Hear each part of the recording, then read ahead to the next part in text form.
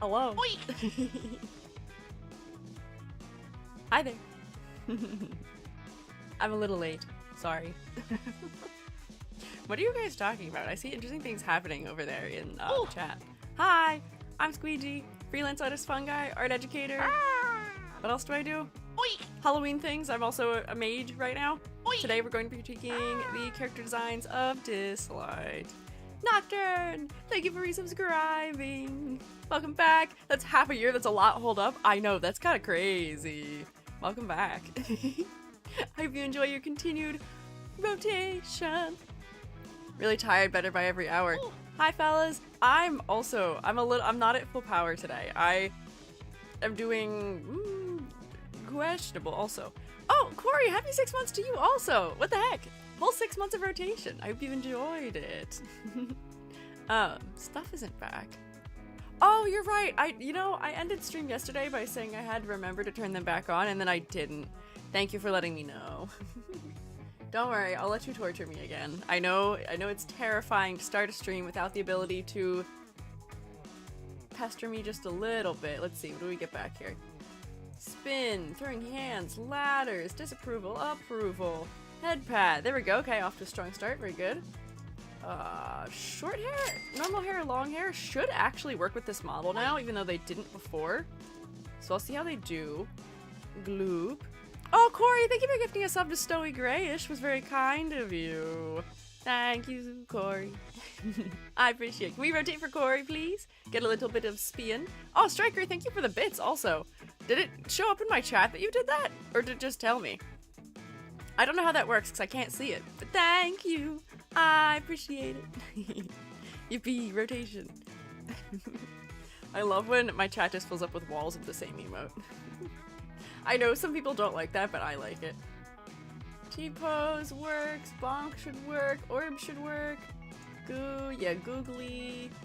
Launch, yeah, giraffe. Giraffe? Can we see I think we can see the ears.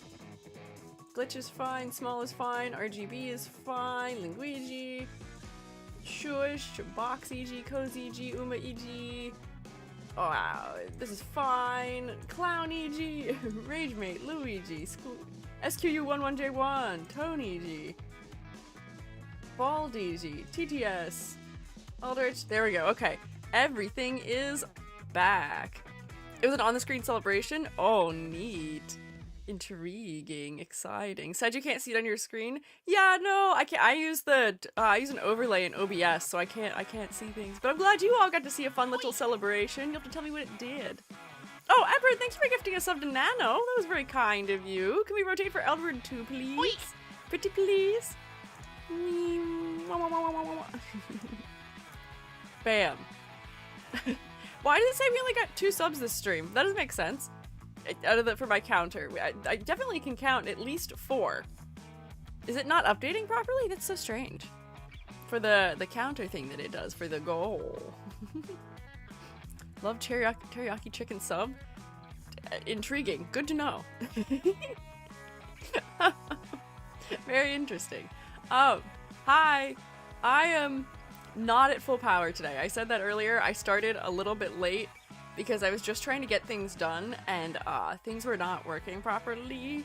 I have one of my drives is making a really weird noise and it's got me very scared. So I spent the last hour offloading stuff off of it to other drives for backup just in case it decides it's going down. Because the drive it is, I have had this 2 terabyte hard drive for 6 years now, I think?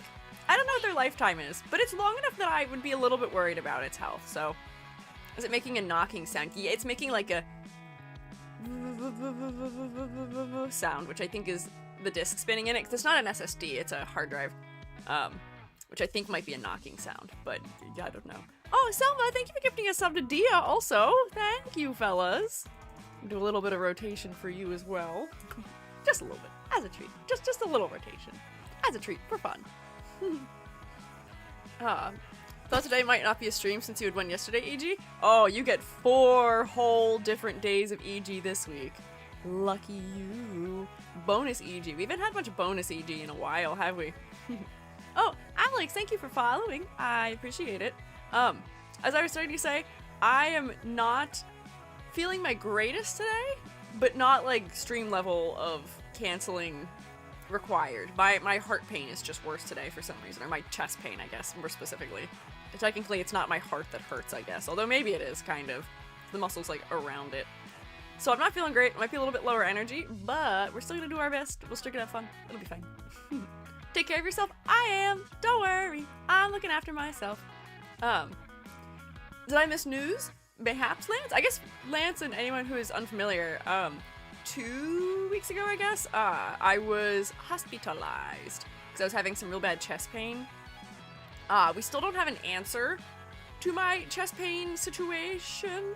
We don't know what's going on. I've done a lot of blood work, but it's just like I have good days and bad days with how I'm feeling, where for some days it's just like I'm like minorly uncomfortable in like my upper like left chest area, which is kind of manageable, but like some days it becomes like more discomfort and a little bit more pain. So today's not as good. Oh, hey, Nano, thank you for gifting us sub to Cuppa Buppa, and Salva, thank you for gifting us sub also. Thank you guys. We can do a little bit more rotation too. Thank you, very kind. Much appreciated. Commissions paid for that. Yippee! Thank you, Nano's commissioners.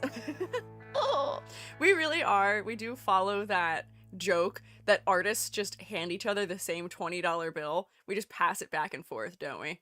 I think I had that with Zany, where Zany had paid me, I think donated $60 in the Donathon last year, and then like a week later I turned around and gave Zany $60 for a commission. Which is very, very funny to me to think about. Money well spent, but it was funny that we just sort of like passed it back and forth. Classic artist situation. But yeah, I'm okay. Don't worry. I am alright. I'm not feeling my best, but I'm not feeling bad enough to want to cancel stream. So we'll see how I'm doing. Let me take my other gummy vitamin, because I just noticed on my desk that I forgot to take it. Take your medication, roommates, if you have not. Take your vitamins if you are meant to. I should take a picture for you of what my breakfast is these days. It's really funny. It's really, really silly looking. My breakfast, I eat an orange. I eat 2 gummy vitamins that my doctor told me I should eat. And I take my medication to make my heart not go so crazy. And I take like 4 other medications for my well-being with an orange. Which I am allowed. I know you're not supposed to eat a ton of citrus depending on what medications you take. I'm allowed an orange. So I eat my whole giant navel orange. And then sometimes I have an apple or a banana with it. But seeing like all of those items together for like a breakfast meal is kind of funny. Oh, and I have an electrolyte tablet I'm supposed to put in my liquids, because my potassium's low. I call that they-them breakfast. Flintstone gummy vitamins? No, they're not Flintstone ones. They're some other brand. Medication is water, and I'm sure as heck having it. Hey, all of you, drink water. That can go for all of you. I'll drink some of my water. Salty electrolyte water. I don't want to have the electrolyte waters. Have you guys had, like, the electrolyte solutions that you put in things before? Usually they put a ton of sugar in them to make them more palatable. I bought ones that are sugar-free because, I don't need an incredibly large amount of sugar in my diet. But, man, it tastes weird. And the tablets I put in are, like, effervescent. So if I put them in it and then drink it too quickly, it's like I'm drinking, like, a sparkling beverage that is, like, weirdly sour because it's effervescing, so therefore the, like, carbon dioxide coming out of it that's being released to help it, like, integrate into the beverage is going in my mouth. It's like I'm drinking the flat soda of electrolytes. Sorry you had to go through that. I hope you get tea in a box of kittens. Thanks! I appreciate it. I'll be okay. I did get tea, though. The shroomate sent me a couple little gifts. I gotta take a picture. My Miku came! Thank you! Here, I gotta check who it was, because there were a couple people that had sent me things last week. I think my Twitter says who sent it. Striker, thank you for Miku! I have her sitting on my desk with me right now. she's hanging out. And then also, who's the tea from? Tea was also from Striker. Thank you for the tea. Also, I had some of the spiced apple chai that you had sent yesterday morning, and it was quite good. It was very nice. Thank you. Very kind. I'm still waiting, because I think there were other things that were supposedly sent to me that I have yet to receive, but we'll see. There's a lot of sugar-free, good-tasting electrolytes in the US and Canada. I'm sure there are, it's just not the one that I got, unfortunately. It's powder in the small bags. Yeah, I had the powder in the small bags, but the sugar-free ones that taste fine are usually the ones that have, like, aspartame or some other thing that's sugar-adjacent, and a lot of them end up being, like, too sweet. I don't know, they just end up, like, making my mouth, like... I don't tend to like artificial flavored stuff very much either sometimes, and that might be what it was. It's like licking a stalagmite. Yeah. Delicious. Oh, my hand tracking's working. I thought for a second my hand tracking wasn't working. Today. Rip. Oh, thank you again for the hype train, fellas. I appreciate it. I've maxed out my level 2 emotes. We have successfully completed all of the level 2 hype trains, which is crazy. I think we've completed all the level 3 ones, too. We'll have to start our pursuit for completionism. We'll have to pursue 4. Do I have all the level 1 ones? I might not have all the level 1 ones, which is funny.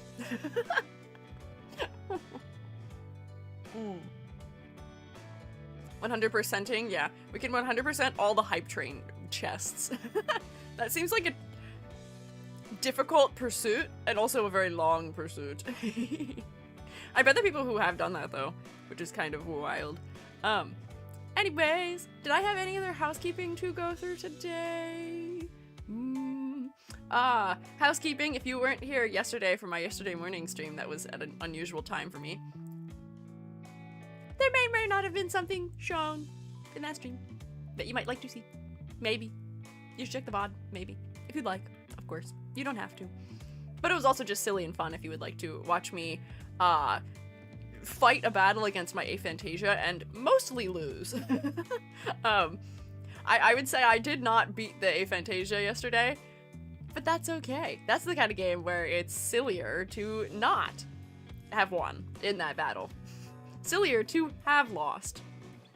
Also, the fellas were lovely, so I had fun, if you would like to perceive that.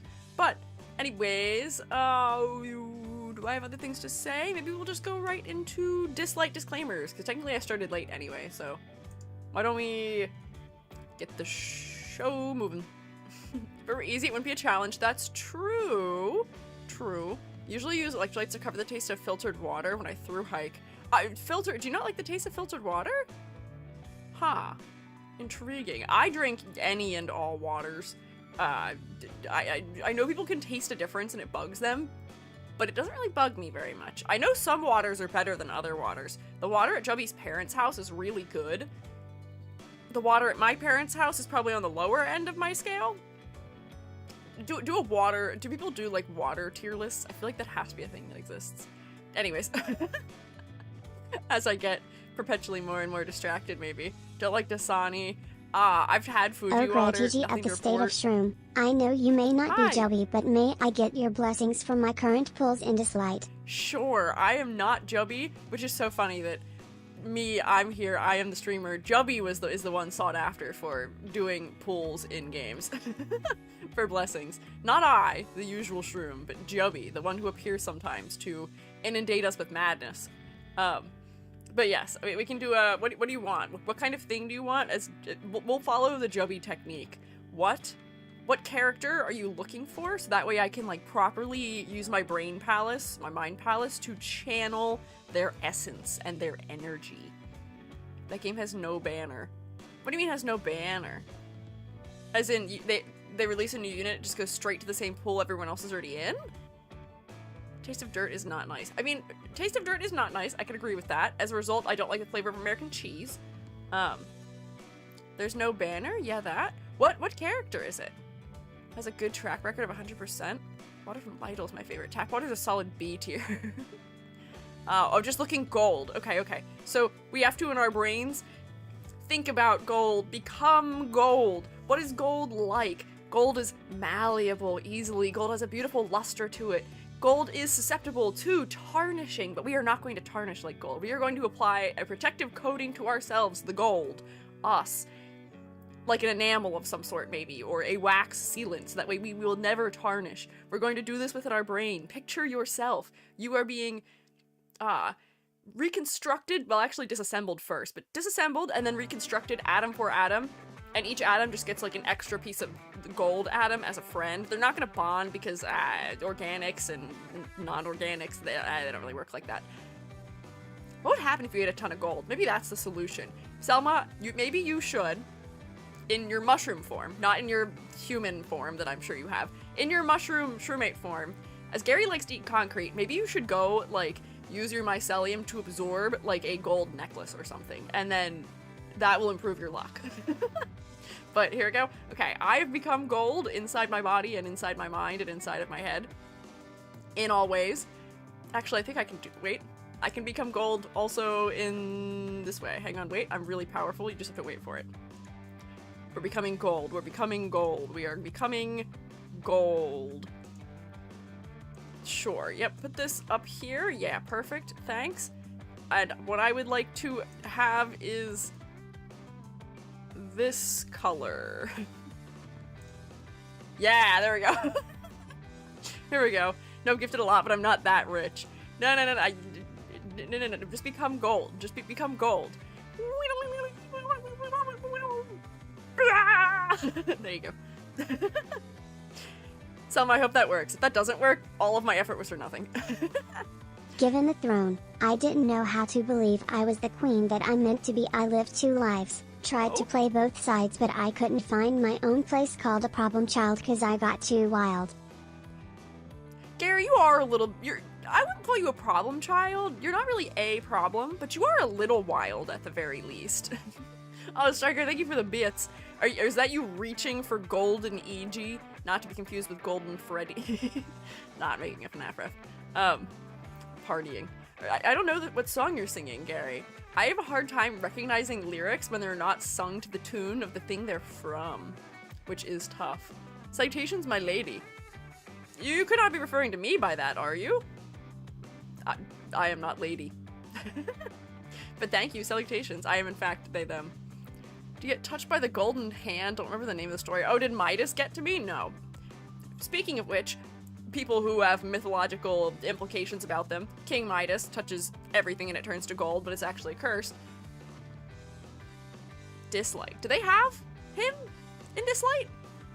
Is he a mythological figure? I guess he's just a king who got cursed, but... Oh, Golden. Golden Huntrix. Ah, I see. Sadly, nothing. I've been failed, e.g. Well,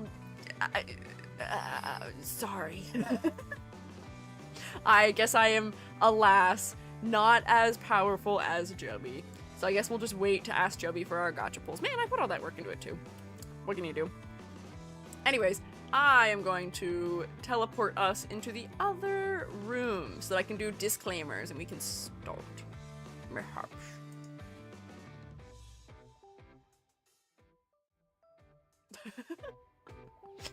Oh, wait, nope, wrong room. Hang on. Sorry, what have I done?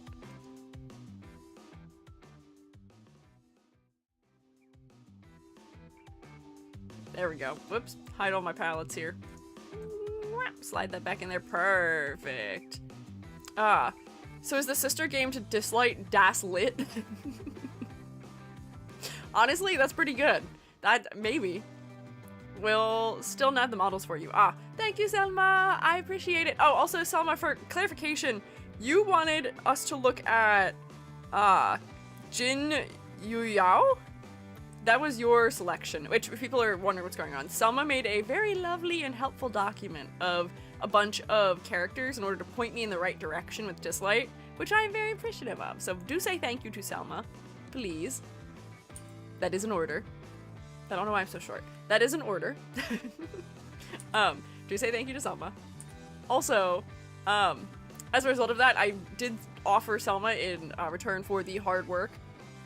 If you want to pick a character for me to look at, that is acceptable. Jin Yu Yao is incredibly cool, but let down by her 3D model. I did hear that she is an early game character, and it did seem like multiple of the early game characters were sadly let down in that capacity. Hi, Spirit Cosmic Energy.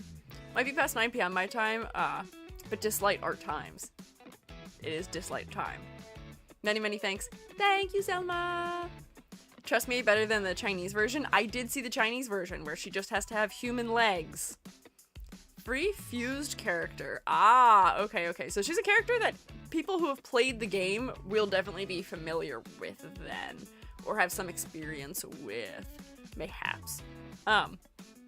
But, anyways, Dislyte, the game. It is a gacha game. We started our design critiques of this series last week on Thursday, and checks my notes. We had some 8 out of 10, I think was the highest score we gave. Not too bad. Oh no, 9.5 out of 10 we gave. 9.5 out of 10, 8.5 out of 10. So it seems like they're roughly in the 8 to 9 region, with a couple of stray 6s tossed in as far as grades go for characters. So higher than average design skill, I would say, occurring in this game. Oh, my disclaimers. Hi, I'm E.G., freelance artist fungi, art educator. I am also a character designer. I've taught character design as pretty much my full-time job for the last year, and I've also taught character design at the university level previously, but do bear in mind, picture that bear in your mind really quickly for me, please. Rotate him just a little bit, because I can't do it for me. Bear in mind that these are just the thoughts of one character designer. You are welcome to disagree with me, if you so wish, but do so kindly. Please don't be mean to me, or I will cry. That is a threat. I will shed tears and make you feel really bad for being mean. How could you be mean to little old me, after all? I'm just a fun guy. Be kind, be nice. Because, you know, I have not actually played the game Dislyte. I've done some research into it. I've done some research into the characters. I've done some research into the mythology that the characters are based on. But as a result of that, there are definitely going to be things that I miss. So you are welcome to very kindly in the comments let me know what I missed. I do love reading through them because I like to learn.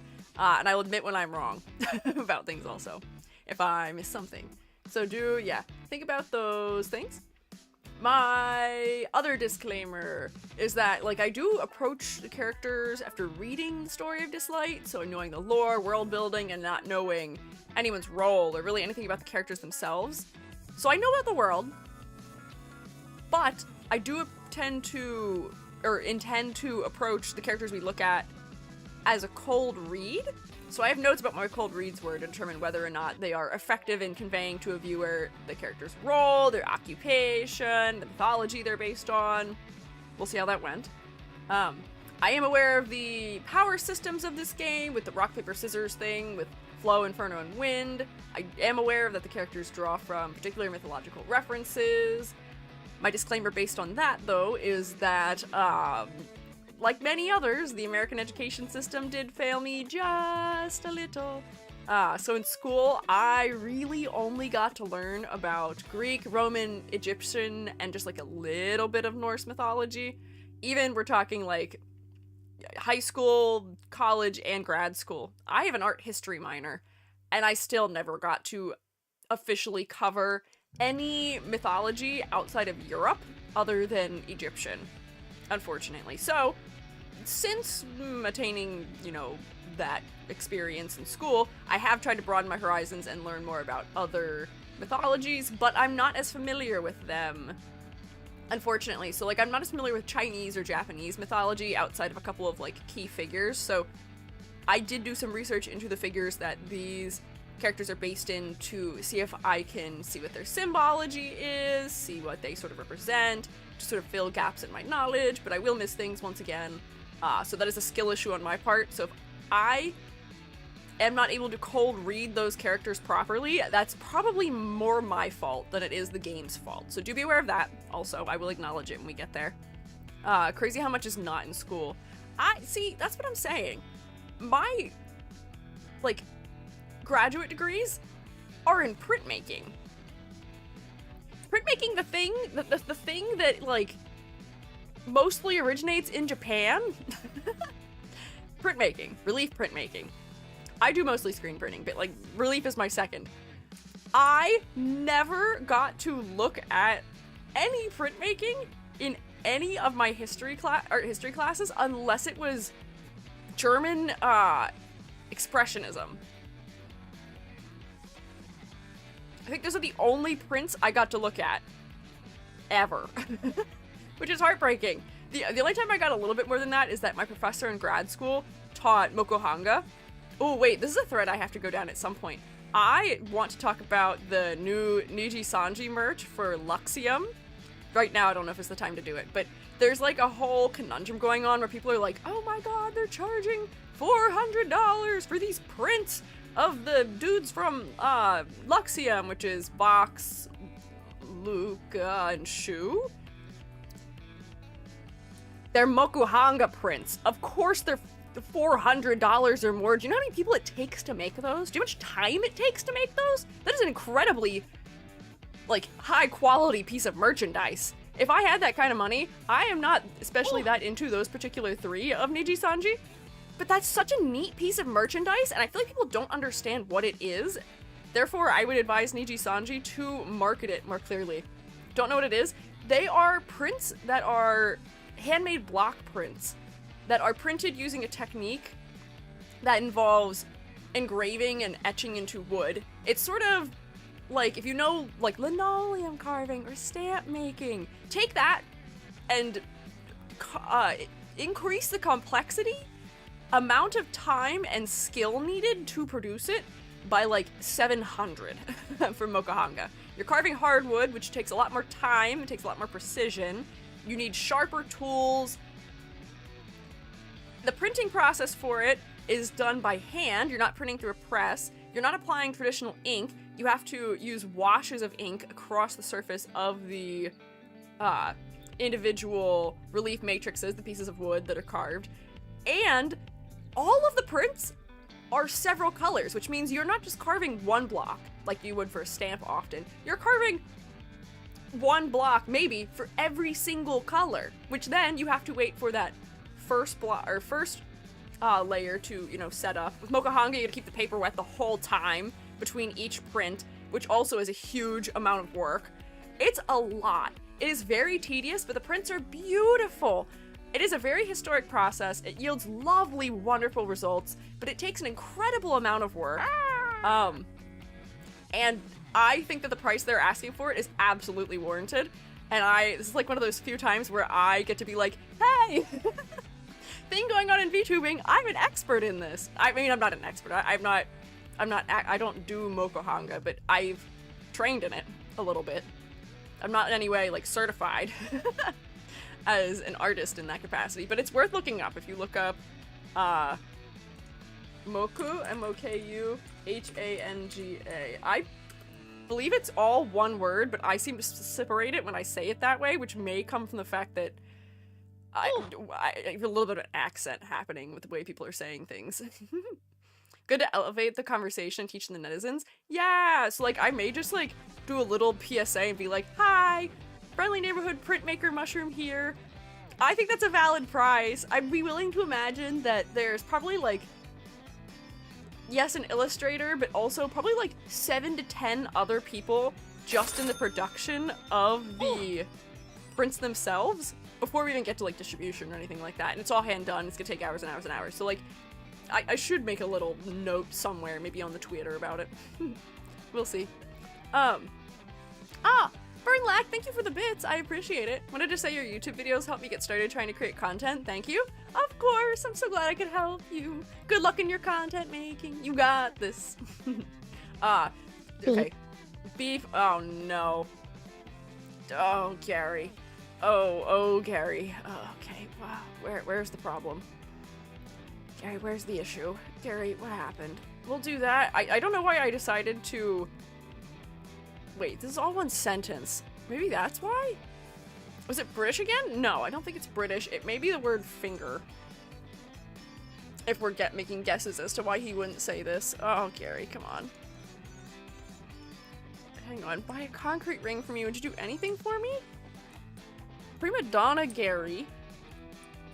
The word British is fine. Wow! Around my... Wow! Again? What are you doing? Why are you throwing me? Hi, Gear. You show up and call for me to be launched. And I get double tossed. Wow! I don't have the power in my voice for a full wow today. Let's see. Wow! Beep. Nope, that was not the word. Uh-oh. I'll just pretend to read it in his voice, because I can't figure out where it is. Prima donna Gary, yeah, all I ever wanted was the world. I can't help that I need it all, the prima donna life, the rise, the fall. You say that I'm kind of difficult, but it's always someone else's fault. Got you wrapped around my finger. Crete. Yeah, Crete. You can count on me to overthrow the British prima donna. Gary, would you do anything for me? Buy a big concrete ring for me? Rise, maybe? I don't know. Is the word prima donna? God, if it's the word prima donna, that would make it much more difficult. I can take that out, but I don't know why it would be detecting that. We can try. We'll see. I'm gonna just replace it with the word Gary. The Gary life. Go. Beep. Nope. Still not it. I don't know what it is. It won't fix it though. I can at least read it, but we may have to refund that one. Sorry, Nilo. Nice attempt. Classic of Madonna to get wrecked by something trying to limit her and what she's trying to say. Anyways, hang on. Disclaimers. Last week, we looked at the characters who are part of the Shackled collection and then some popular characters. This week, we're going to start by looking at counterparts to a couple of the characters we looked at last week. So last week, we had looked at Persephone, we had looked at Leora, and we had looked at... Oh, what was his name? I don't remember his name now. Sun Wukong guy. Tang Xuan. Oh, is it Xuan or Xuan? One of those things. We're looking at their counterparts to start, which are Nora, Tang Yun, and Elaine. Then we're going to move on to look at some popular characters like Hilda, or, I mean, popular at some point. It seems they were popular within the last year, which are Hilda, Sakura, Gaius, Jin Yu Yao, who is Selma's suggestion for us to look at. I have her here. And also Feng Shun, who its name I'm familiar with, or not that name, but his deity I'm familiar with because of Kung Fu Panda. So that's who we're going to look at. I know that some of the characters have skins, but for time's sake, we're probably not going to be spending very much time with them. We can peek at them just really quickly if we must, if you are interested in seeing them. And we are going to use our usual character design criteria, which I have here before me, for doing our critique to make sure that I am as objective and unbiased as possible when it comes to the critiques. I did create this rubric, so there is some bias maybe inherent in that, but the rubric is to help us try and separate as much opinion out of this as we can, mayhaps. Oh, e.g., simple stamps could be a near addition to your merch.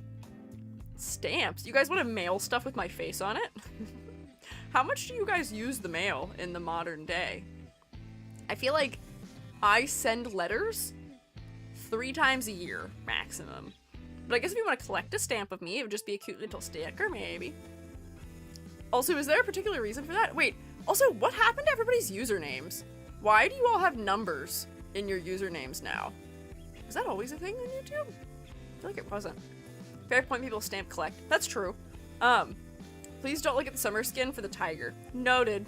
I won't. Actually click the accept button when I went to accept Gear's launch. Have robbed Nilo by mistake and submit myself to receive requisite punishment. Amber, I think I'm just going to spin you as punishment. Just rotate Amber a couple of times. Oh, I guess we could have shaken Amber also very gently in a Moobot-esque fashion.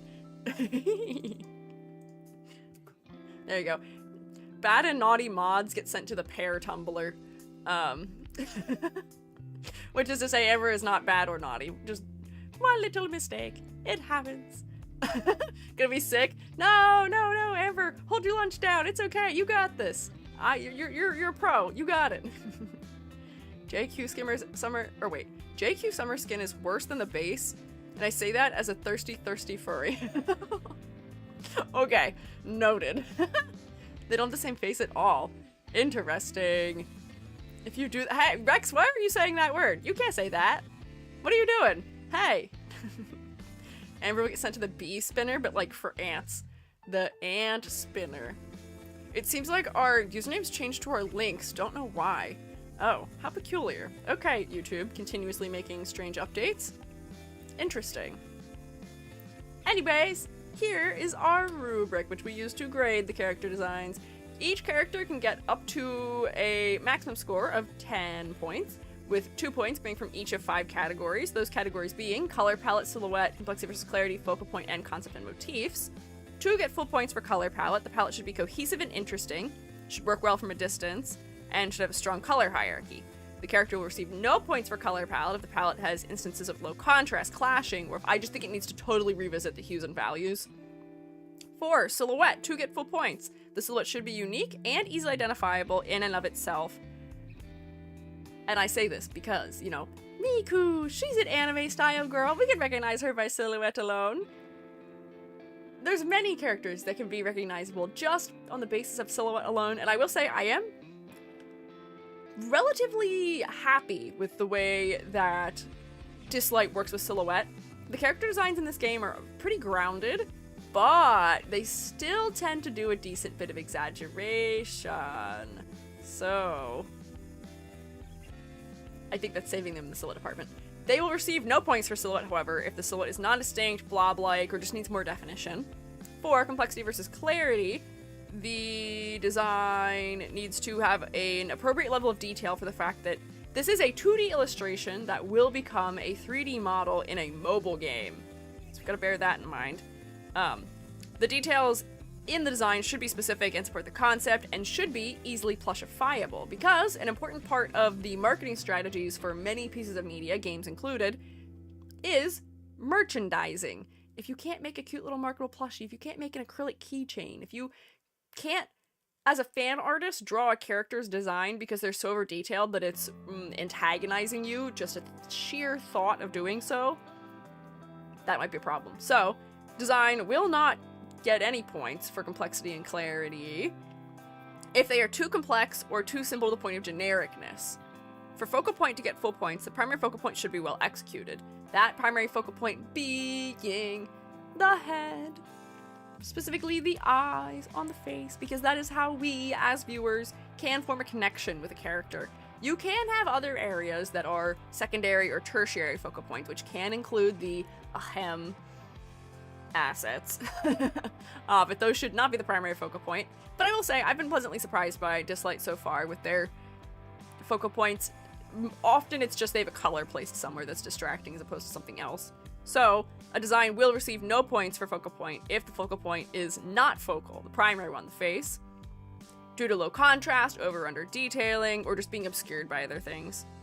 For concept and motifs, in order to receive full points, the concept should be clearly, creatively, and thoroughly explored. I should be able to determine key conceptual aspects visually, just by looking at the design alone. Aspects like the character's occupation, personality, cultural background, in this case, their mythological reference. Also, there could be another number of things like motifs and stuff. We should be able to determine that visually.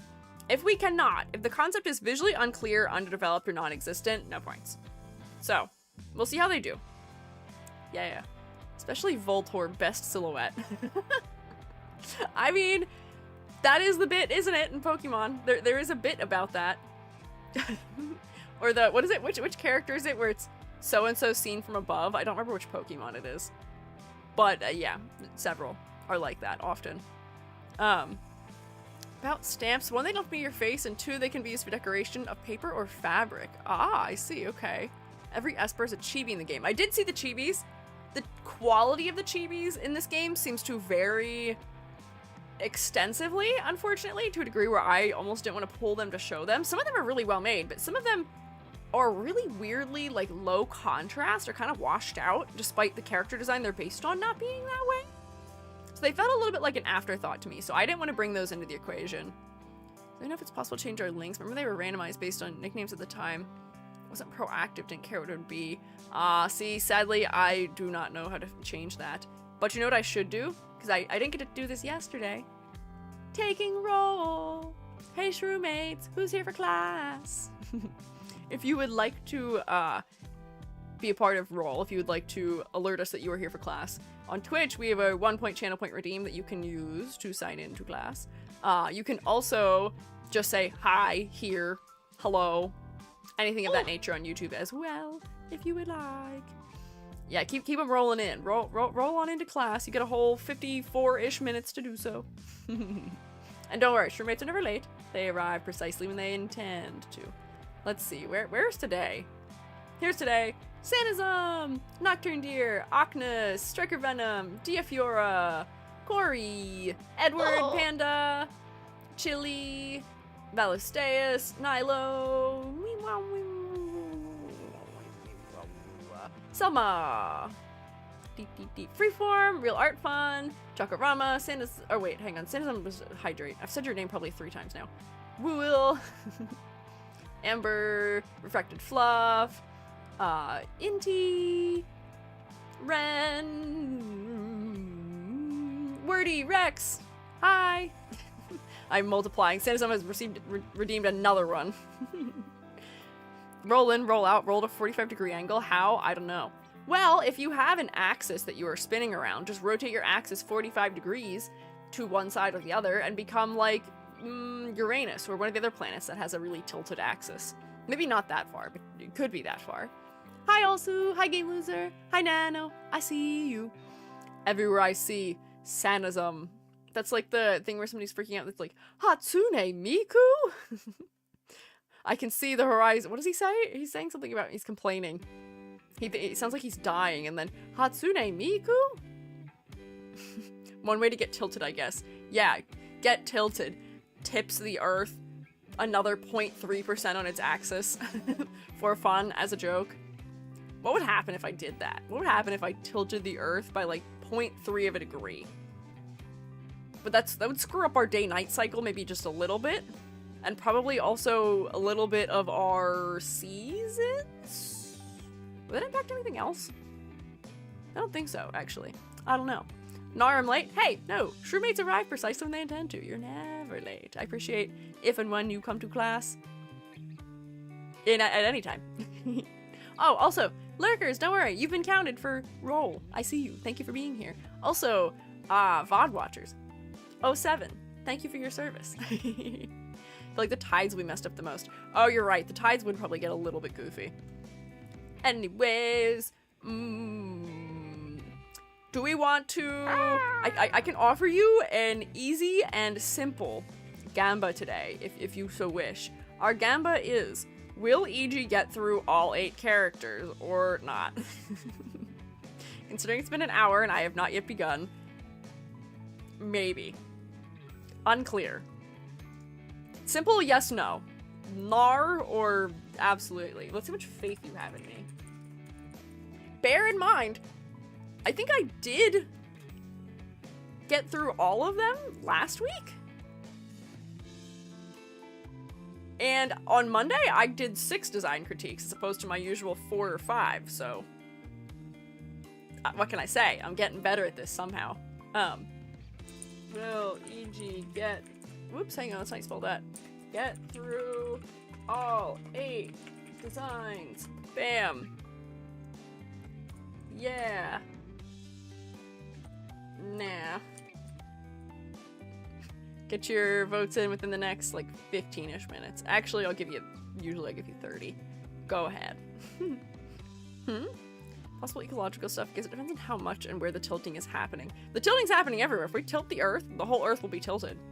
E.g., you've planted 2 bears in my mind today. Get used to it. It will happen again. Let's see. YouTube, I can give you guys a poll. Also, this is...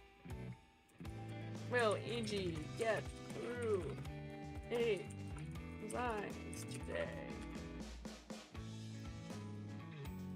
Yeah. No. Yeah. Nah. There we go. We will see if it is possible for me. So many bears in my mind now. Good. You need them. They're there for a reason. They're helping out. They're defending your brain. Has everyone voted? Oh, everyone's voted for me so far. You do believe in me for some reason, which I appreciate. Very kind of you. Very nice. I appreciate your vow of confidence. Usually you guys don't take my side. Usually you guys bet against me. So I'm honored that you did, although you're usually right when you bet against me, so we'll see how that goes. So, we're gonna start with characters that have a counterpart that we already talked about. So, we're gonna start with Nora. Let me open Anna back up, because I believe this is the counterpart to Persephone, right? Visually, that is my guess. So I'll bring her over here so we can just like look at them in comparison, maybe just a little bit. I'll put you there so I can see them next to each other. They seem to be almost a color palette inversion of each other. They have also a very similar silhouette shape, which is interesting. They both have a big, long, triangle-shaped object in the back of their body. For Anna, it's her sort of cape that she's wearing. For Nora, it's her hair. They both have colors inside of that object, which for Nora, it's just her hair is patterned on the inside. Dark colors with the white seems a little bit less visually overwhelming to me. I would say there's a lot more clarity in this design than there was in this one.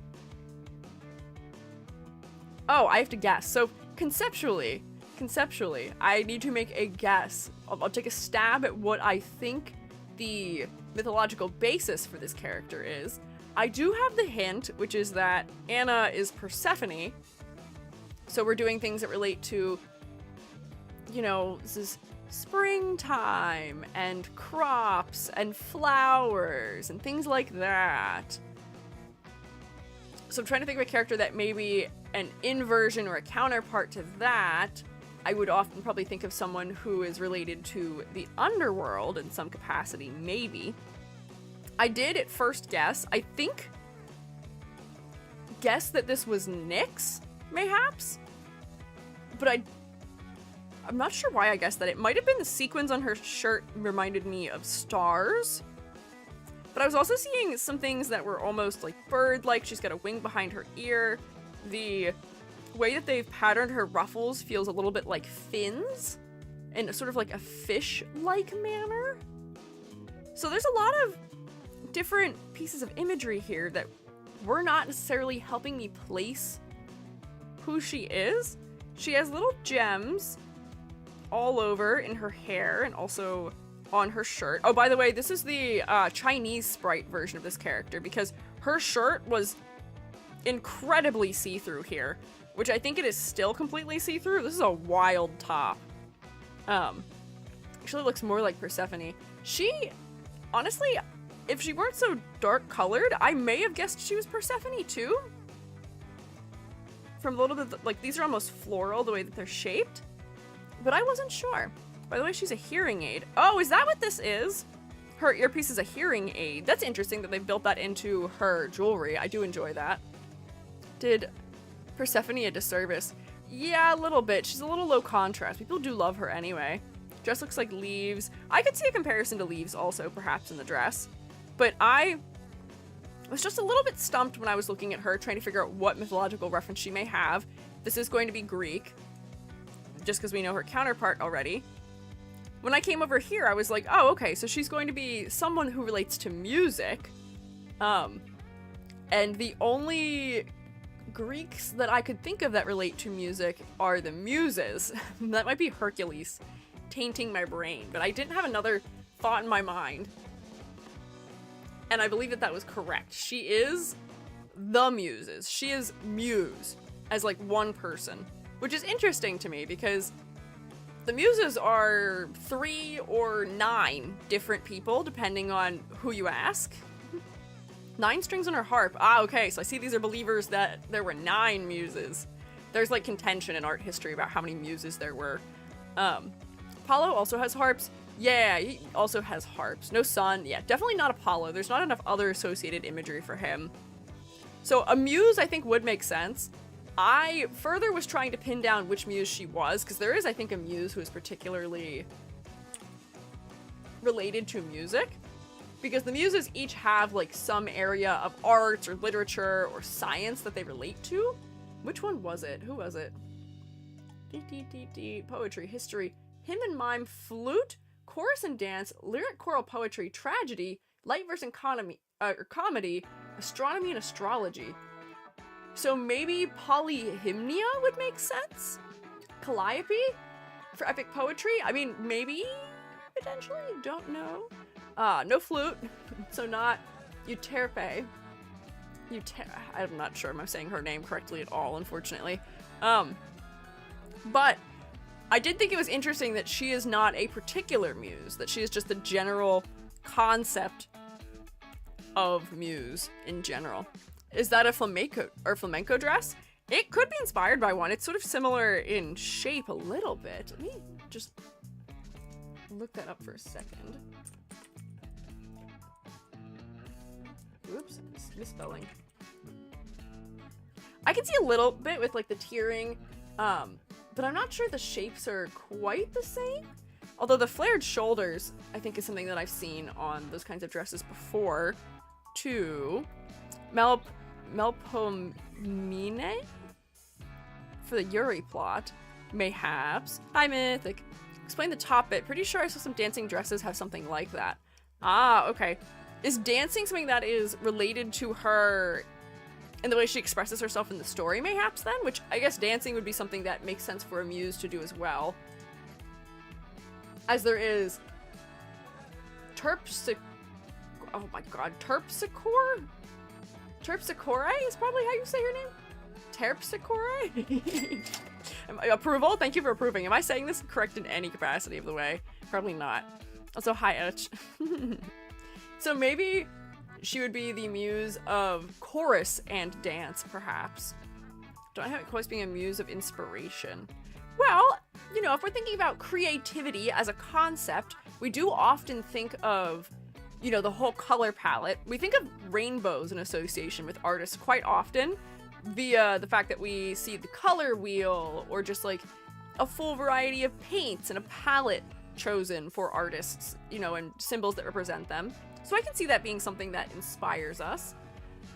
I'm interested by the other motifs because I'm not sure if it's just coming from me being unaware, because I will say I don't know incredibly that much about individual muses or about how the muses are represented. But I do wonder if there is some reference to gems or stars or something in the mythology that they are pulling that from, but I'm not sure. No, though I saw it as the kind of flashy, showy type of outfit. Like craft it, but also don't know how it correlates being a muse. Composer and a singer. Okay. So she's not a dancer, which is okay. Makes a little bit less sense of those things. For her design in general, I will say if I were to start grading her, that thankfully her color palette has much better clarity than Persephone's does or Anna's, just by the fact that there's more contrast between different elements. I can more clearly see the edges of her clothing, the edges of her hair, the edges of her skin tone against both of those things here in a way that makes her much easier to read and easier on the eyes too. I'm not getting eye strain from looking at her. So I'd say for colors, she's doing A-okay.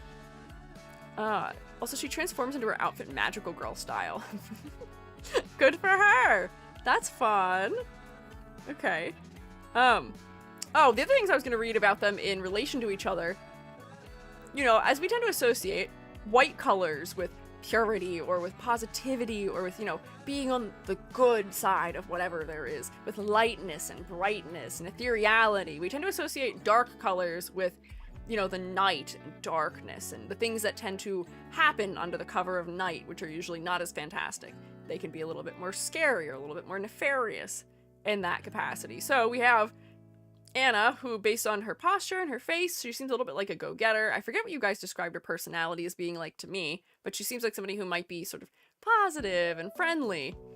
Meanwhile, Nora seems a little bit more concerned. She's got a little bit more of like a guarded posture, holding her hand up over her chest, with her like one knee crossing over the others. So I may guess that they have something going on with their personalities that makes them character foils to each other as well.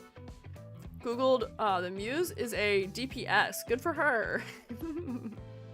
Damage per second. I mean, if you are consistently singing, then I guess it would make sense for attacks to be sustained, maybe. I don't know. Am I understanding what DPS means correctly? Maybe. Why would they be counterparts to each other? Well, visually at least, they're using similar elements where they have this sort of miasma of colors in the back parts of their design. For the inside of Persephone's cape, we have the blues and the yellows and the peaches and the pinks. And then here we have sort of a similar palette, but we've changed which colors are dominant in the back of the character. So we still have the yellows, which are in Persephone's design as well, but the dominant colors have shifted from being warmer colors here to being cooler colors here. So it's sort of just visually setting them up to be in some way related. Why a muse and a goddess of love would be enemies? I am not sure. Is there history between the muses and Persephone? This may be something where I'm just unfamiliar with lore, but it could just be that it's something that this game has decided to do with the characters, potentially. Didn't notice that before? Yeah, they're making smart decisions, I will say, in the way that they design the characters. But yeah, they've also just inverted the colors, where this is white against rainbow, this is black against rainbow. We're doing opposites a little bit. But I'm not sure if there is some relation between these two, whether in mythology or in the game, but it would make sense if there was, somewhere. Who noticed Hades kidnapping her, if anyone did? Let me see. If I look up muses and Persephone, let's see if anything comes up.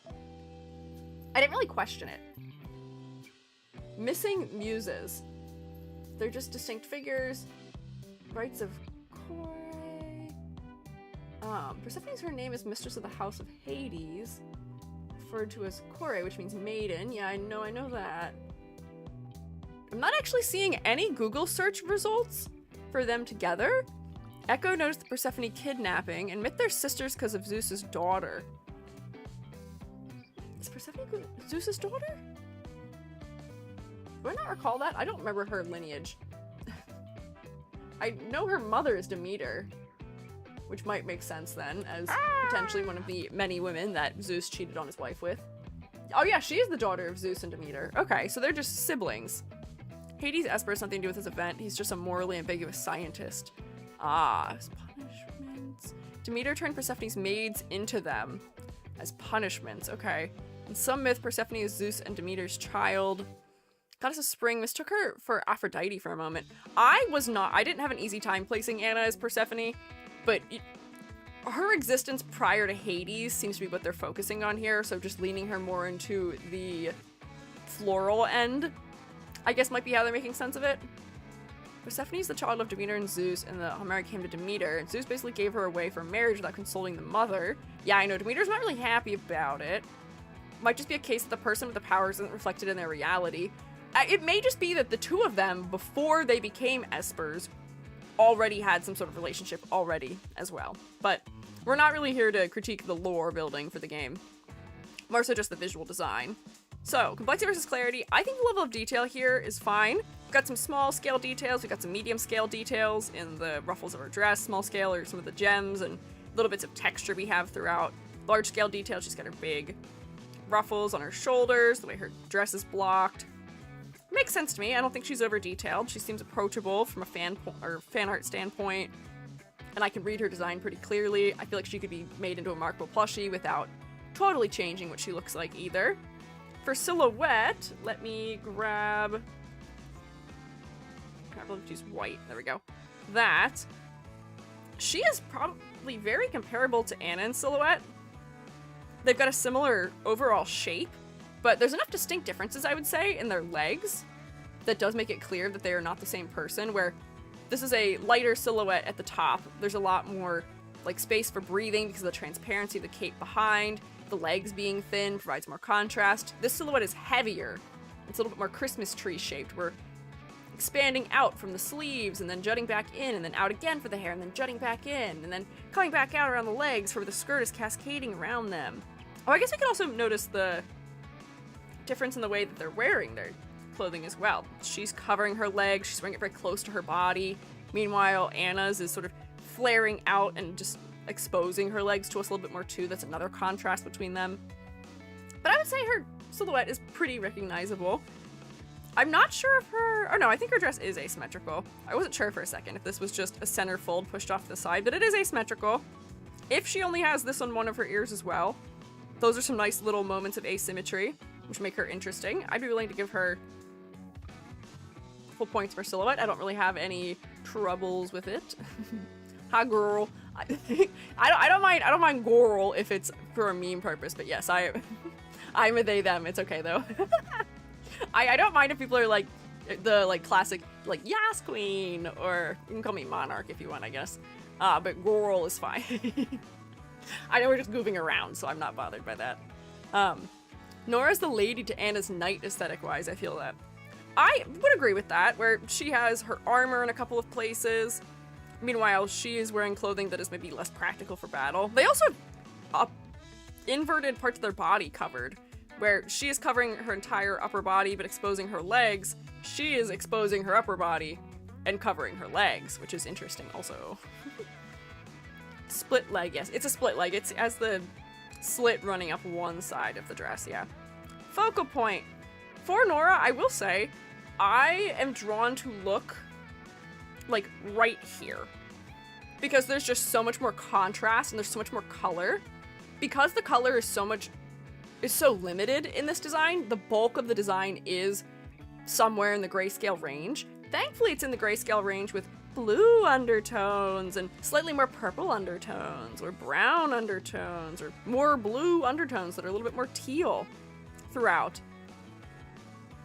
Hang on, that was a weird sentence. Because she has a design that is probably about 80% grayscale-ish, 80% things that we are going to read as being black or gray, the little bits of color where they are become really important visually to us. So here, they're higher saturation than any and all of the browns, so they end up being pretty distracting. Secondarily, I end up looking at some of the brown areas of the design because, once again, most of this design is pretty cool in undertone, but her skin tone is very warm. So I end up looking here next because it's the next biggest plane of brown, although her face is very close. I would say these two things have a similar level of prevalence as far as their emphasis works, but primary focal point, secondary, not fantastic. We may just need to push the hair back a little bit. It's just a little distracting. So let's see if I can multiply, push back just the inside of her hair. It might push just her hair back in general a little bit. Oh, I'm gonna get her arm in here. It's gonna be sort of hard to isolate it. Using blue on top of gold is like not the greatest either, but just so that this isn't so distracting. And I do think that it may have been an okay move if they just continued the mesh all the way up, so that way her face will truly be what is focal to us.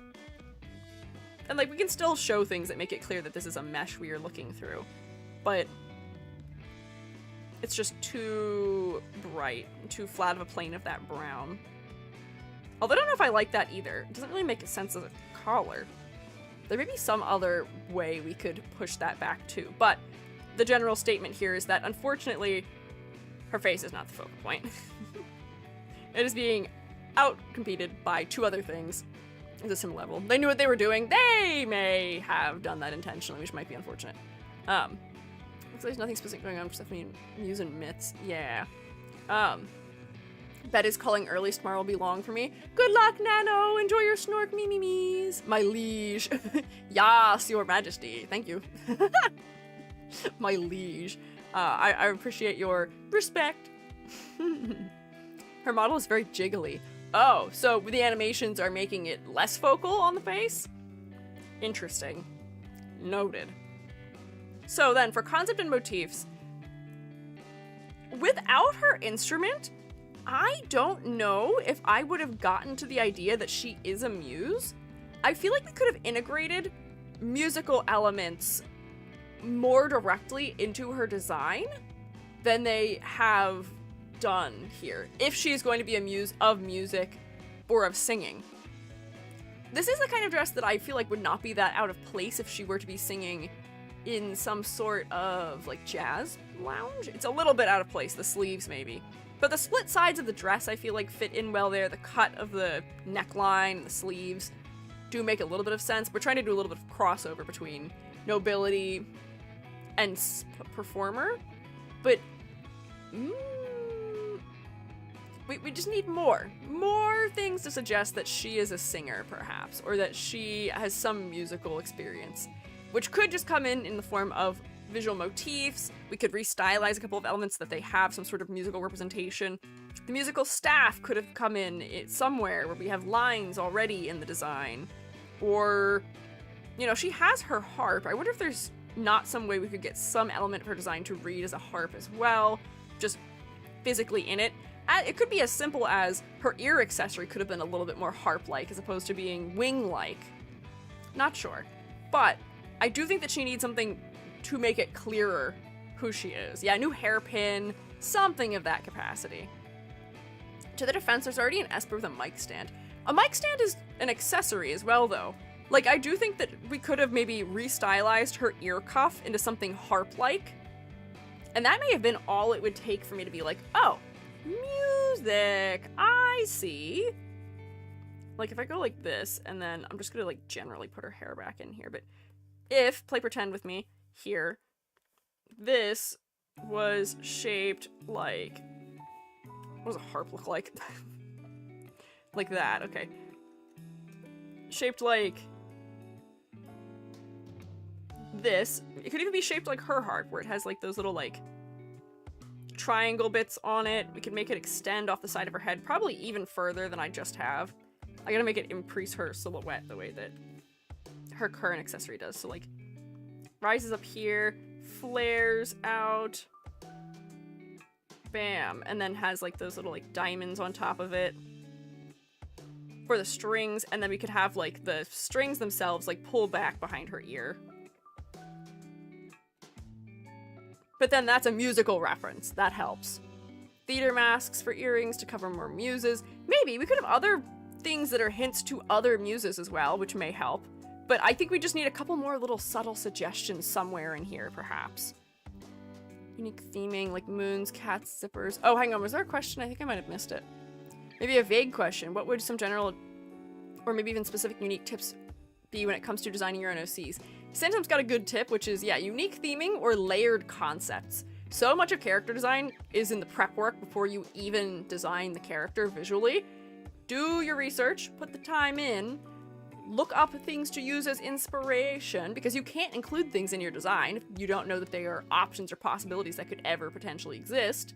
And make sure that your concept for your character has layers. Don't just be a cat girl, be a cat girl with some other flair to it, mayhaps. Yeah, that's my advice. Just real quick. Almost reminds me of a black opal given human form. If this was a Steven Universe OC, I would understand. She already has the gems on and everything. But generally, I do think that this is about where I would put the stat distribution. 2, 4, 6, 7, 8 out of 10. Not a bad grade by any means. This is well above average for this rubric. But I still think there could be a little bit of work done for her to make her truly, truly shine. 8 out of 10. Good work, Nora. Next we have Tang Yun. I'm going to close... Actually, I'm not going to close Anna yet. I'm going to open our monkey lord again, whose name I think is this one. Yeah, there we go. Oh, hang on. Whoop, wait. Goodbye, Anna. We don't need to do more. Bye. Here we go. I had to change the background color for this fella, I think. So, our character over here. This is Tang Yun. He is the brother of the character we looked at last week, which is Fang Shun. They've got the same surname, I believe. That's the part of the name, right? Naruto versus Sasuke. Yeah, it is kind of funny. So often, I mean, I was able to guess what. We'll just start with a cold read. Six-eared macaque. Macaque? How do you say that word? Macaque? I am not the most familiar with a lot of Chinese mythology, but I am familiar with Journey to the West a bit. And there's really no other six-eared creatures I can think of in mythology at all. So it's really nice to have one really iconic element that can sell a character as being some particular reference really well. Clearly. Also, giving him a staff also does tend to help place him within that particular mythology as well. Same as it helps for Sun Wukong, who is this guy's reference. Also, we do tend to see this particular character, the six-eared... How do you say? Is it macaque? Macaque? I feel like I'm saying that word wrong. I don't think I've ever pronounced this kind of monkey out loud in my life. It's one of those words that I think I've only ever read. Yeah, it is a type of monkey, it is. Yeah, M-A-C-A-Q-U-E. How do you say that? Macaque? Macaque? The second one sounds way worse, but it sounds right. And I don't know. That doesn't really matter. If I say it, it's macaque. Macaque. Okay. Noted. Thank you, Amber. Oh, that's a word. It's okay, Amber. You're helping with pronunciation. Didn't mean it. I have to jostle Amber a little bit again. Tong Bros are one of the earliest character pairs. They don't have any actual mechanical interactions like later ones. Interesting. For me, it sounds good. Okay. Fair enough. So, we are once again clearly setting these characters up to be foils. This game loves to say, hey, here's a character and their counterpart. One of them's gonna get whatever color they get, the other one gets purple. Purple and black. That's what happened with Nora and Anna. It's gonna happen between these two, and then, spoiler, Elaine and Leora, once again, they're like, counterpart, black and purple. Purple, I guess, has like mystical associations with it, or like magical. It's a color that is often paired with black to make somebody feel mysterious, so I guess it makes sense, because a lot of the foils they are setting up, I do believe, end up being characters who are opposed to each other, whether in mythology or through the story of Dislyte itself, potentially. Wonder which one of these is not the Avengers and which is in the League of Supervillains. Yeah, we can determine the affiliations of these characters probably very easily. Where we read this character as being a very shonen protagonist coded character, here this does feel like it's fitting within the trope of childhood friend who gets pulled over to the bad side, to hang out with the bad guys. Via color palette, darker colors, via the fact that the clothing has a lot more sharp edges to it. We can see all these sharp little pieces around the thighs and the legs, the ears are sharper. He has a lot of more rounded shapes that are more exaggerated. Here, we've got triangles. We've got sharp edges of a zipper, which are squares also. Model sent. Thank you, Selma. Oh, I didn't look at the model for the last one. Hang on, let me scroll in my thing. The models, I will say, I am often kind of disappointed with, but it seems like Nora's okay. Nora's got a little bit of motion blur, but she looks fine to me for her model. We can just look at it real quick. Here she is. I think she looks okay. Her interpretation is better than some of the others. The chest is just a little concerning for Twitch guidelines, though. This character looks fine. Their face rendering is a little bit strange, but it's not too bad either. Hang on. Very confusing assortment of images. This is... Hang on, go back. Tang Yun's 3D, which... this is probably one of the more accurate ones outside of... I'm not thrilled about the face rendering or how weirdly leather shiny they decided to make his sleeve. But it does seem like there might be some improvements made here as far as visuals go. Look purple in their face. They do, which is, I guess, kind of fine. They're probably just ambiently reflecting the colors around them onto their skin. A little bit, maybe? Don't know. Beep boop testing my lag. Hi, Nalu. I feel like purple in the face. Oh, hi, Star, also. Like the belly window? In the what? Belly window? Oh, in the clothing. This is a zipper that does not serve any clear purpose, or at least it looks like a zipper. But the shapes are interesting. Let me close this so we can go back to looking at the two of these together. We have also matching hairstyles. We've got a long braid here and a long braid here. I have a question for you, though. I guess I can answer this question myself, but in the Chinese version of the game, Tang Yun does not have his long braid, which is kind of odd to me because we tend to associate long hair like that with like wisdom or something often. And also, it seems to be a stand-in in the place of a monkey's tail, perhaps?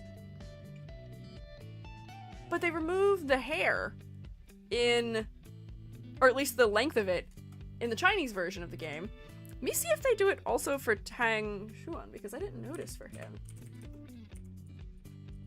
I'm just curious as to why the long hair would be removed. No, he doesn't have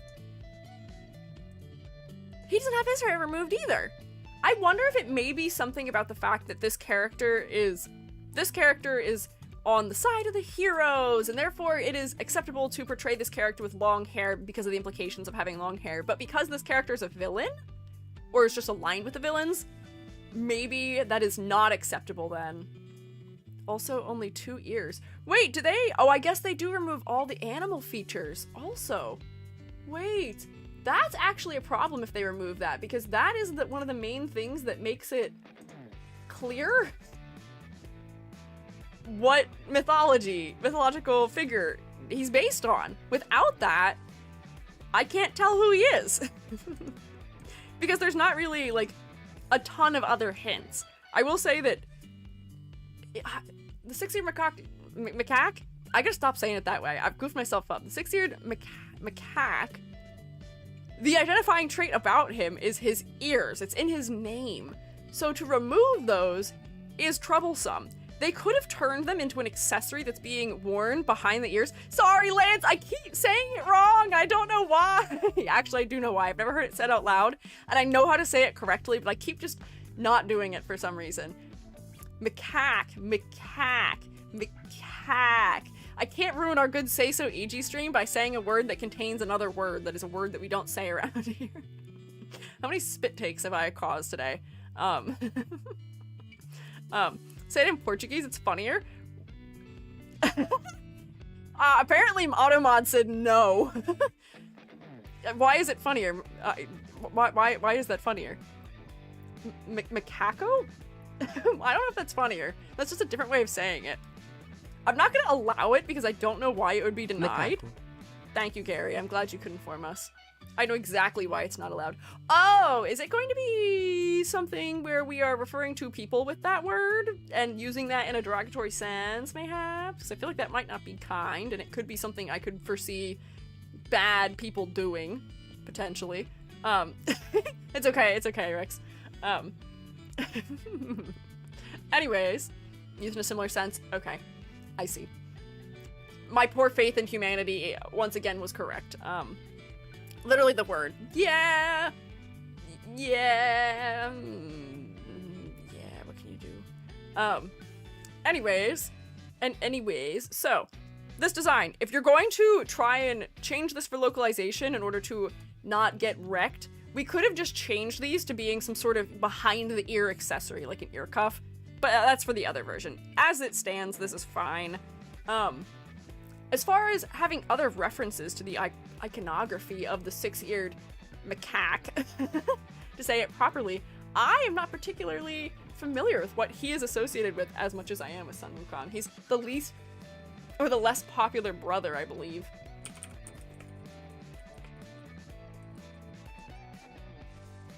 Is there any symbology associated with him? Yeah, I know he's a major antagonist. Symbolic of the 6 senses and desires. An evil twin or doppelganger with the same abilities. Okay, so them dressing similarly would make sense. Giving them the same sleeve shape, I think, is interesting, and also putting a hood on this one. It's like the parts of the sweatshirt that's missing here, there's no hood, this fella gets to wear. All good, but I now fear orange cats. Sorry to hear that, huh? Gold ornaments on his ears look like multiple ears. I think these are multiple ears in this version, but they could have been interpreted that way for the other one. Are there any particular symbols that are specific to him, other than the fact that he's supposed to just be a mirror of Sun Wukong? Or like somebody who's impersonating him?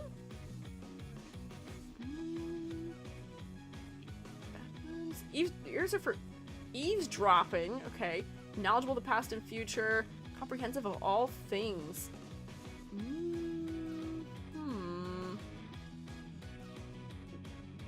This stalemate. That's fine. 6 ears. Me reading things right now. Cat by Buddha. 2 minds balance. I'm not sure there's any other associated symbology other than the fact that he's just an evil impersonator.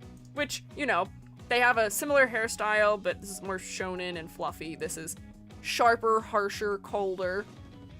I guess the setting up of them as being foils also sort of makes sense of it.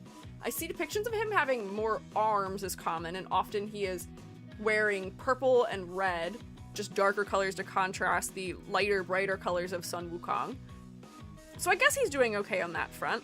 I will say his color design isn't particularly as interesting, where here we have blues and pinks and purples all in the white color of the clothing. Here, we've got much flatter colors used, and they're all similar in saturation for the most part. They all have very similar color undertones. I just wish there was a little bit more variety between them. But they at least are not flat gray. So we are getting an emotional read out of them that we wouldn't were they a flat gray or a flat black. They do have a purple undertone, which is nice at the very least. But I do fear that this is not as interesting of a palette as they could have gone with for him. So I might put it right there. For his silhouette, once again, I don't know if his silhouette is quite as strong as Sun Wukong's is, but the braid definitely adds a lot, especially the stylization of the braid. It's so sharp, and it's not as decorated either. We've got decorated, ornate beads woven around the hair that makes it feel really fancy. Here, it feels a little bit more bound. It doesn't feel as positive in the way that it's depicted. It's also just so much sharper. Too cooler undertone. This feels like hair that gets in the way. This feels like hair that's an accessory. If we're contrasting them against each other. Can we have the same background color? We can. I don't remember why I changed this background color. It might have been just because it was hard to read his legs against it. But color not fantastic. Silhouette. His silhouette is mostly his hair and his sleeves. Having a front view of him was not easy to find, but I don't think his silhouette is bad. His hair has a nice wide shape to it. His ears add to his silhouette a little bit too. I think he's okay. He is very symmetrical. Whoops, what happened? Hello? Nora, you can go away. I think we're done with you. I think his silhouette is completely symmetrical as far as I can tell, but he's not bad. His silhouette's not too bad. Put him there. Complexity versus clarity. I do think he needs a little more detail. He feels a little bit generic compared to Sun Wukong, just because his layers are so similar in color as well. I'm not having contrast issues per se. Like, I can still differentiate the edges of things, but it doesn't feel like his outfit is as specific as it could be, which is funny to say given the zipper shape and some of the miscellaneous asymmetry throughout. But some of this asymmetry in his legs feels like it was just put there for the sake of making him feel a little bit more chaotic, even though his personality isn't quite matching that, at least the way I'm reading him from his facial expression and his posture. So I'm not sure. I feel like there's just something missing from his outfit, which may once again be coming back to color design, but it's not quite there. For focal point, I will say I am drawn to look at his face, which is sort of surprising to me, considering we've got some really saturated purples throughout. But the overall darker color palette does make it so that his lighter skin tone, which is also warmer than the rest of the colors throughout his body, does stand out reasonably well. So, you know, I probably could give him full points for that. And then for concept and motifs, it's only his ears. I guess he is just an evil just the evil version of Sun Wukong, which the color is suggesting. He's got his 6 ears. But I do wonder if there may be other things they could have brought over. It seems like this character is often depicted as wearing a scarf in popular media, and also as having just like much darker colors and also more gold in their palette.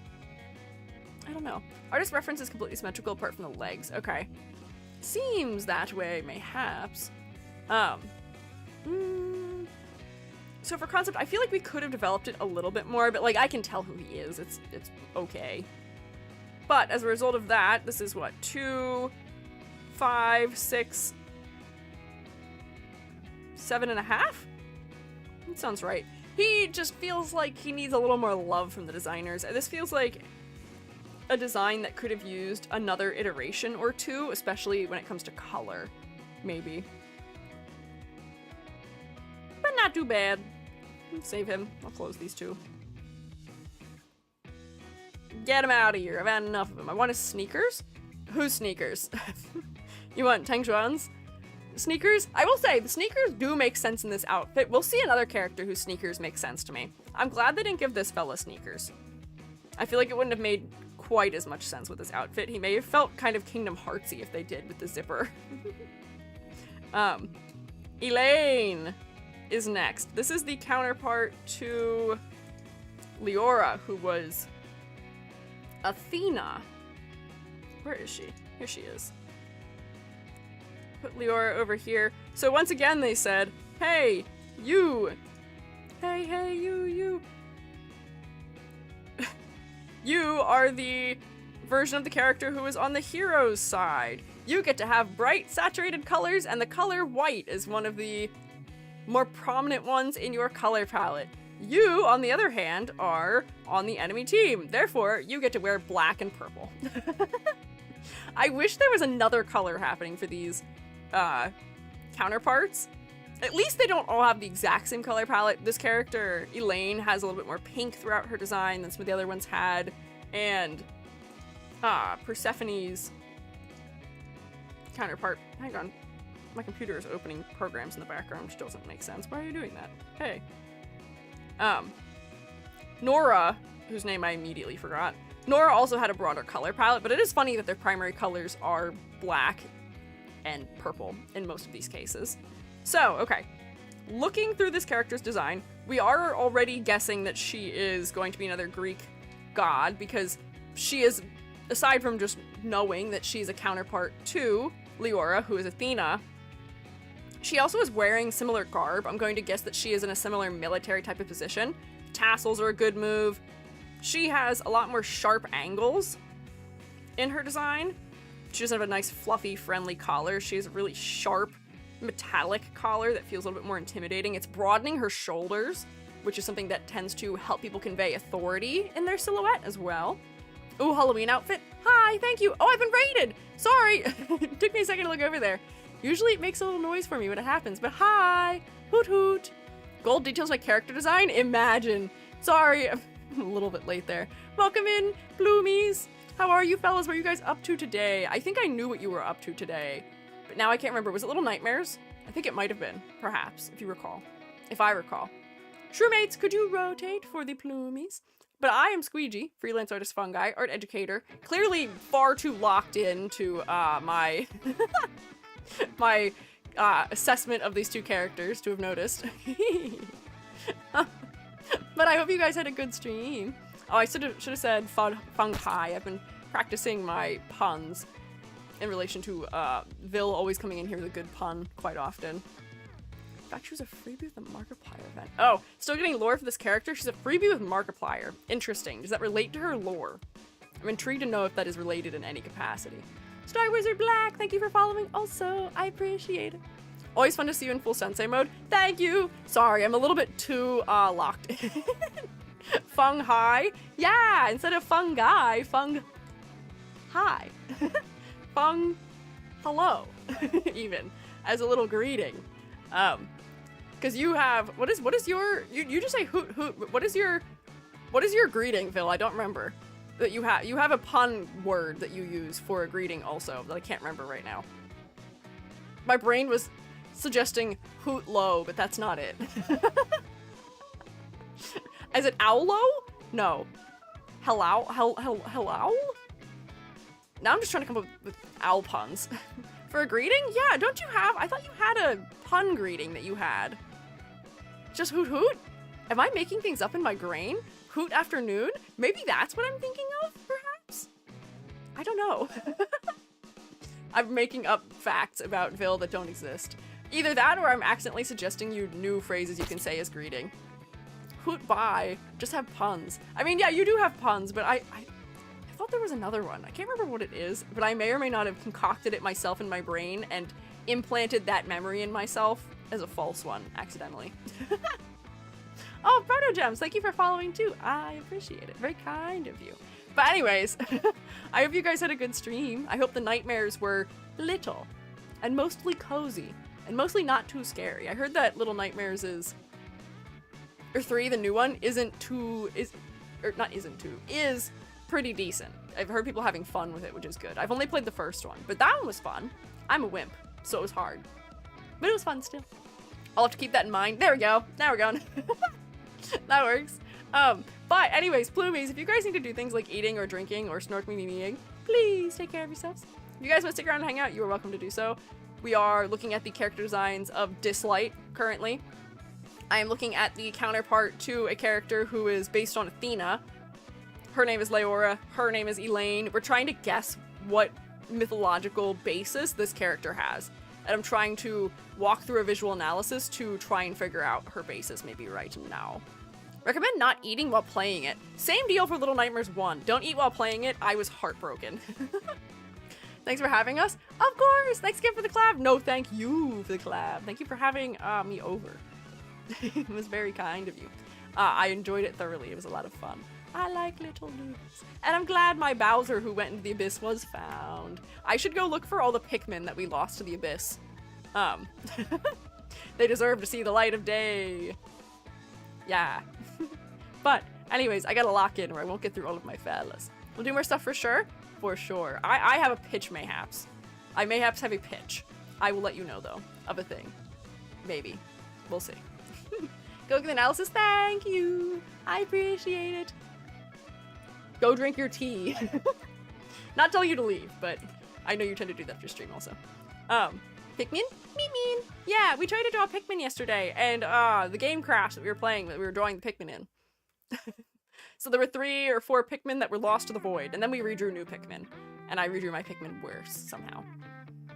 Anyways, maybe because of less gold versus silver, but I was gonna guess the one on the left has a lower rank in the military. Perhaps. Maybe. I could see that as a guess. Athena counterpart, this is not an Aries. I agree. I don't think this is Aries. We don't have the associated colors or other symbols for Aries either.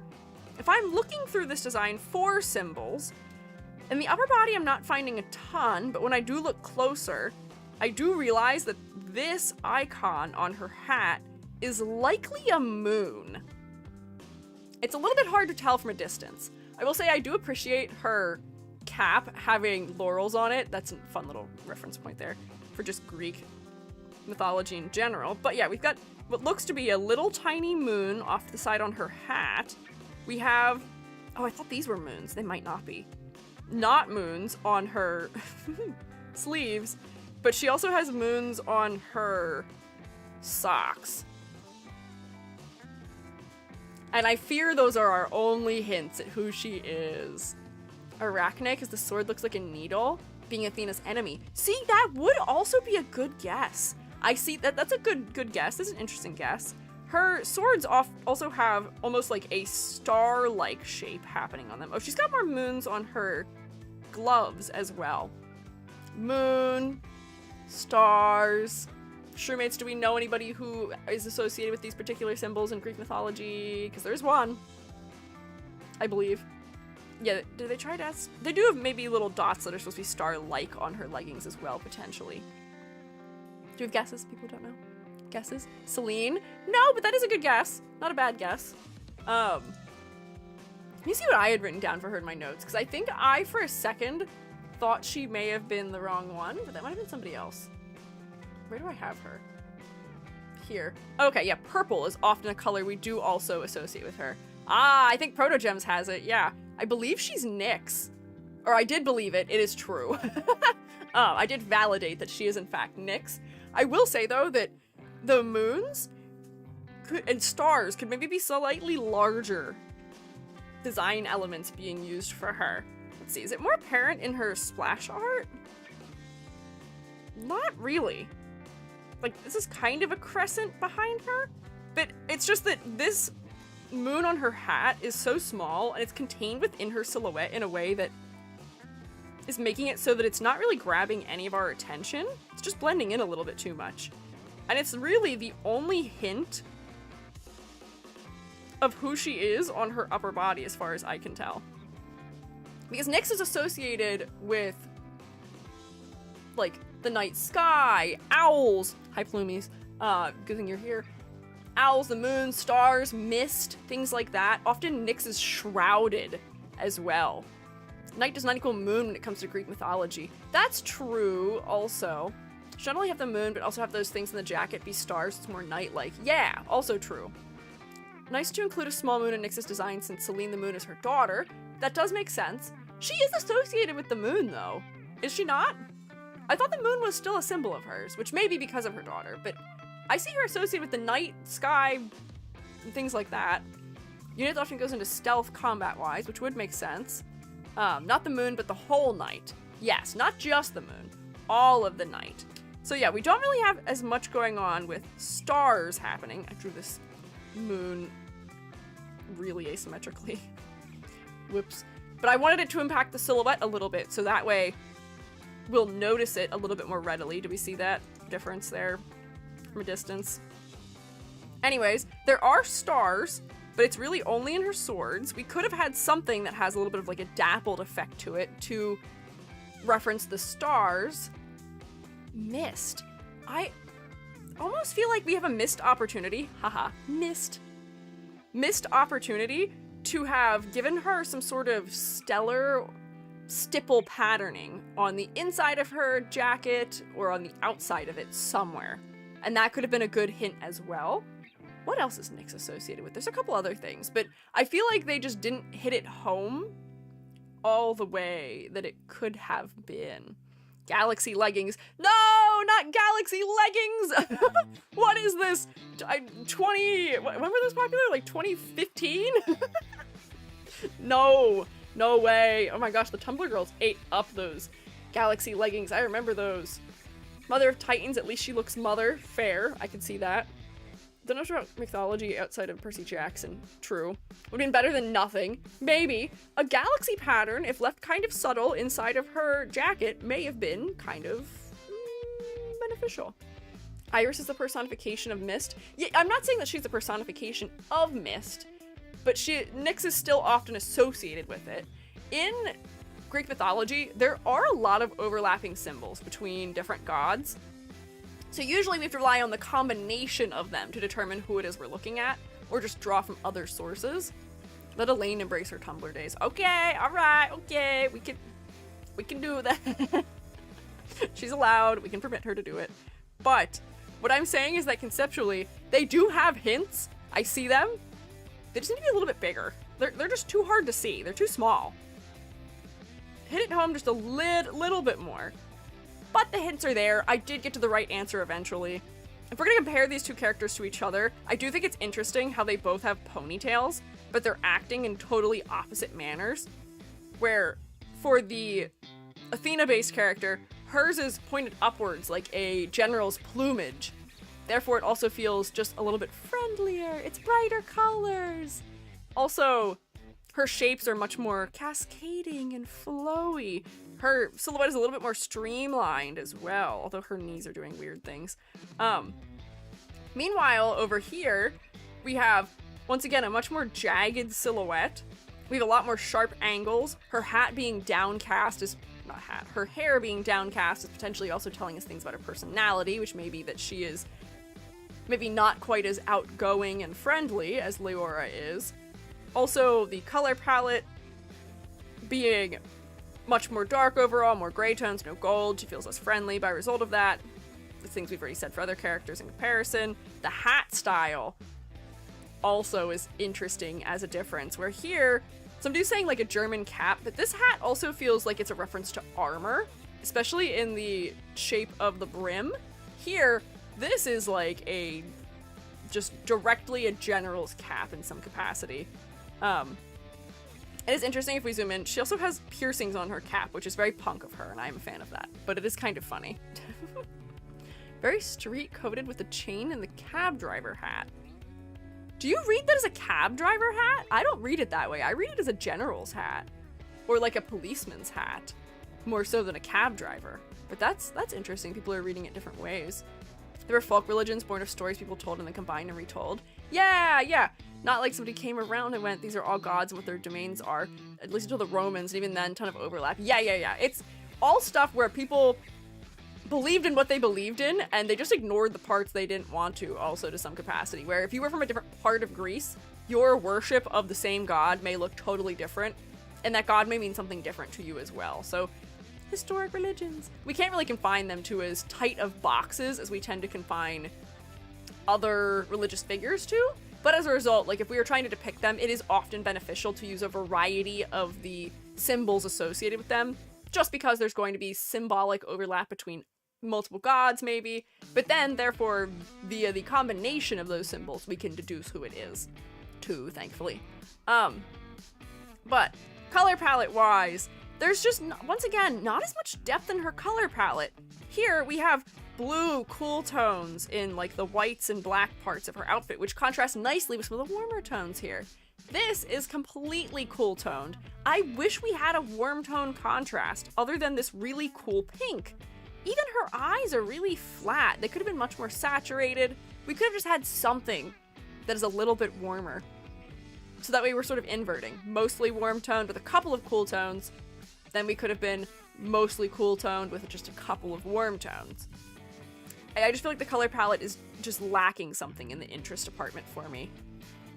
But clarity-wise, I don't have too many troubles. I'm losing her arm a little bit in her sleeve, but that's mostly rendering.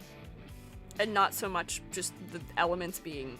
I mean, they're all the same color. We could have made them a little bit clearer. But I think... for the color, I'd probably put it here. For silhouette, her silhouette's totally fine. If we ignore her swords, because they're not a part of her physically... don't do that. The tassels are clear for identifying her. She's got a different enough silhouette from Leora, with her hair being down, her hat being much clearer shape, the fact that she has these big pointy shoulders. I would say that that all works relatively well for her silhouette too. She may also be completely symmetrical, once again, as we had said for Leora, but for a general, for somebody who's in a military position, that's not uncommon to see, I would say, and it's not like the one element that tends to be asymmetrical in a general is when you have that, like, rope across the chest, or you have, like, your little accolades, your medals and things like that. But that's not really present here. This is not the same type of general as we're trying to depict. But I do think we could benefit from just a little more asymmetry, especially if we're trying to do a foils situation here, where we're saying, okay, these characters are opposites in some capacity, or they're related in some capacity. She is very orderly in her outfit, where everything's perfectly symmetrical and she's wearing it balanced and properly and all of that. Here, maybe we have some asymmetry tossed in to set them up as being more different. Or I think I remember you guys saying that she was sort of like naively positive and outgoing. I can't remember. But very friendly. So maybe the asymmetry would make more sense for her, where if she is a contrast to that, maybe she's cold and, you know, follows rules, you know, to an unhealthy degree maybe. So then her outfit's too perfect as a result. Something here could be done. But her silhouette's fine. Subtle misgivings about silhouette aside, it's fine. Take the example of Apollo and Artemis contrasting with Selene and Helios. Ah, that'd be an interesting example. Athena's specifically is wisdom and includes battle strategy. War gods around the world have different interpretations. That's true. Depending on what culture you're in, war gods are either seen favorably or unfavorably. Especially if we're talking about, like, Ares versus, like, I guess isn't a god, but like four horsemen of the apocalypse, one of which is the one which is a personification of war. Depends on what culture we're getting things from. Golly, my English language usage, not fantastic. Mars was favored in Rome. Yeah! It depends on the sort of things that any particular culture finds important. So for any kind of society that is expansionist, or, you know, likes to increase their empire, Rome, they're gonna like the war gods. Anyways, where was I? Focal point! I would say her face is pretty focal. Her outfit is really dark, so once again, she's getting the same benefit as the other characters we looked at, with dark, desaturated clothing for the most part. Then her face is really the only element that is more than 50% in value as far as brightness goes. It's quite light in contrast to everything else, including her shirt, which is still more pushed back. I will say it does help also that the pink is used sparingly, so we have it framing her face. And then we've got this really saturated purple, which, yes, is occurring in her legs further down, but it's higher in saturation up here around her head, so I would probably give her full points for focal point. I'm not really having any trouble with that. coming back here. I do think... however, some of the details feel a little bit weird with their implementation. The socks are kind of corny, as far as level of detail goes. And the striping here is just a little bit too much for me. Visually, we could have used a better motif in its place, maybe? And some of the details need to be scaled up, especially where we are referencing the moon or the stars. They need a little bit more scale to them. But it's not really the end of the world. Look at this! Beautiful shape. Nice W. More of the vowels one? Huh? Character in Dislyte whose war god is either villainized or worshipped depending on the culture. Ah, okay. Interesting. Hang on, where am I? Math. 2, 4, 5, 6, 7, 8.5 out of 10? Not bad. Pretty good. Once again, most of these characters seem to do very well on my rubric. From this game. Comparatively also against other games. Sadly, Guilty Gear didn't do as well. Sword should be darker. I don't think so. Especially if we're saying that this is a character who is doing things mostly at night. To us, a player, being able to see her sword is probably important for combat. Although people were saying that she is stealthy, so maybe in that circumstance the sword being so bright wouldn't be as helpful. But I can at least see a case to be made for it here somehow. But anyways, 8.5 out of 10, 7.5 out of 10. I feel bad that her grade is so much lower, but she just has weird level of detail throughout that didn't necessarily make sense to me. Also, I will say, we were talking about the weird shoes before for Leora. This is the style of boot that I feel like would make much more sense for her.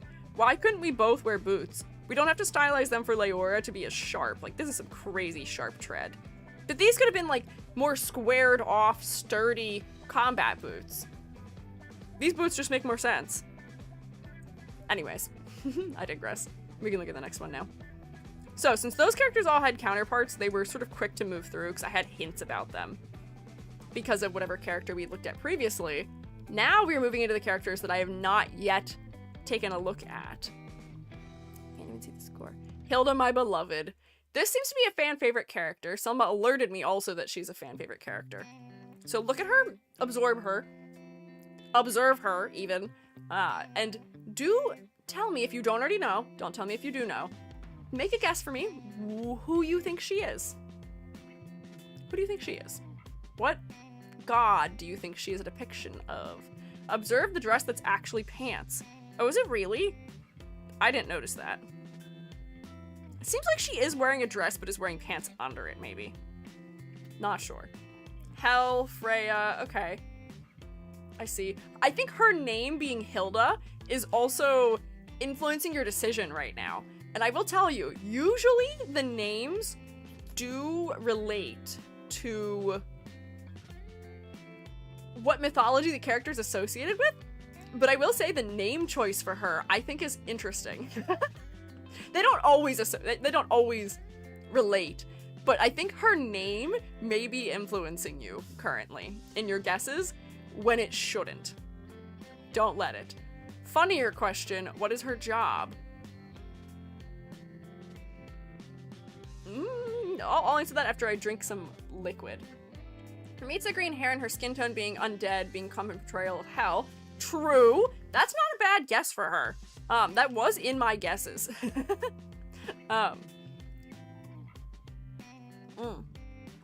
Death goddess. That is where I started my search. I thought she was going to be a death goddess because we often see death gods portrayed in a Grim Reaper-esque fashion where they have like hoods and cloaks, and seeing a lot of ruffles and folds, just like ruffles in clothing is something we also associate with more like Victorian depictions of death. So I had wondered at first if she may be a death god, or also maybe an undertaker in profession. Maybe she is somebody who looks after a graveyard? Don't know. But I will say also, to me, the lightning around her head is really interesting too, where that would have to be a god, or like some kind of hint to us, right? Freya is a goddess of fertility and death, so the flowers and dark dress gave me that vibe. I see. Thal is giving us a hint, which is that we are in totally the wrong mythology. She is a Greek underworld god. We could have just gone Greek to see if anyone could figure it out, but I guess underworld would be something we'd probably figure out just from looking at her, potentially. But we're kind of all over the place right now, aren't we? Also, I will say the lightning shape did also push me in the Norse direction. I feel like I've seen lightning shaped like this in Norse imagery because it's not too dissimilar from like Celtic knots and something like that with the way it's interweaving. But yeah, I think it is more so meant to be thorned than it is meant to be something else. Is she Hades? Chiron? No. She is none of these things. No one has guessed correctly what she is. And I will tell you, there is one thing that is a hint to what she is the god of in her design, but I feel like they could have made it much clearer what she is the god of. Or who she is, because they didn't. Wobblies! Thank you for following. I appreciate it. It's a fun name. Electricity tax goddess. Slenderman. No. She is neither of those things. Deer used a lot in her story and a couple animations. Surely she's not supposed to be a fury. So I'll tell you who she is, and I will tell you the thing that I was like, oh, okay, I guess that might have been what they were doing. She is Hypnos, god of sleep.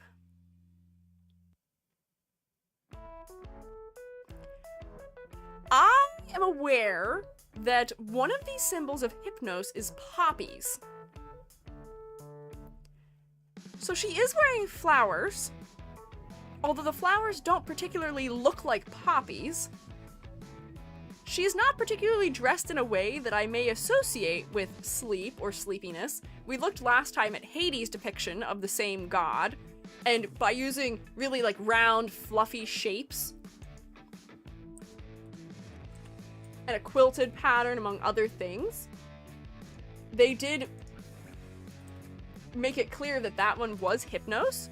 But the other thing for me is that in art historical depictions of Hypnos, Hypnos usually has wings, whether it be on his ears or on his shoulders.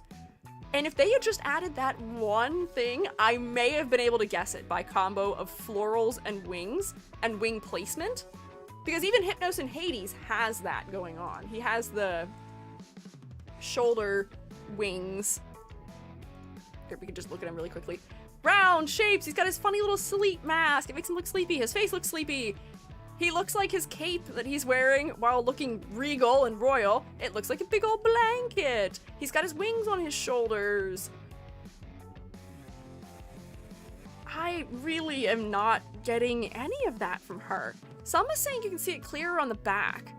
What do you see clearer? It's Valerian. She even calls it that in her summoning animation. He got poppies, just noticed. Yes, he does also have poppies. I didn't say that. He has them on his belt. Yeah. Does she have well-placed eye makeup to look like eye bags?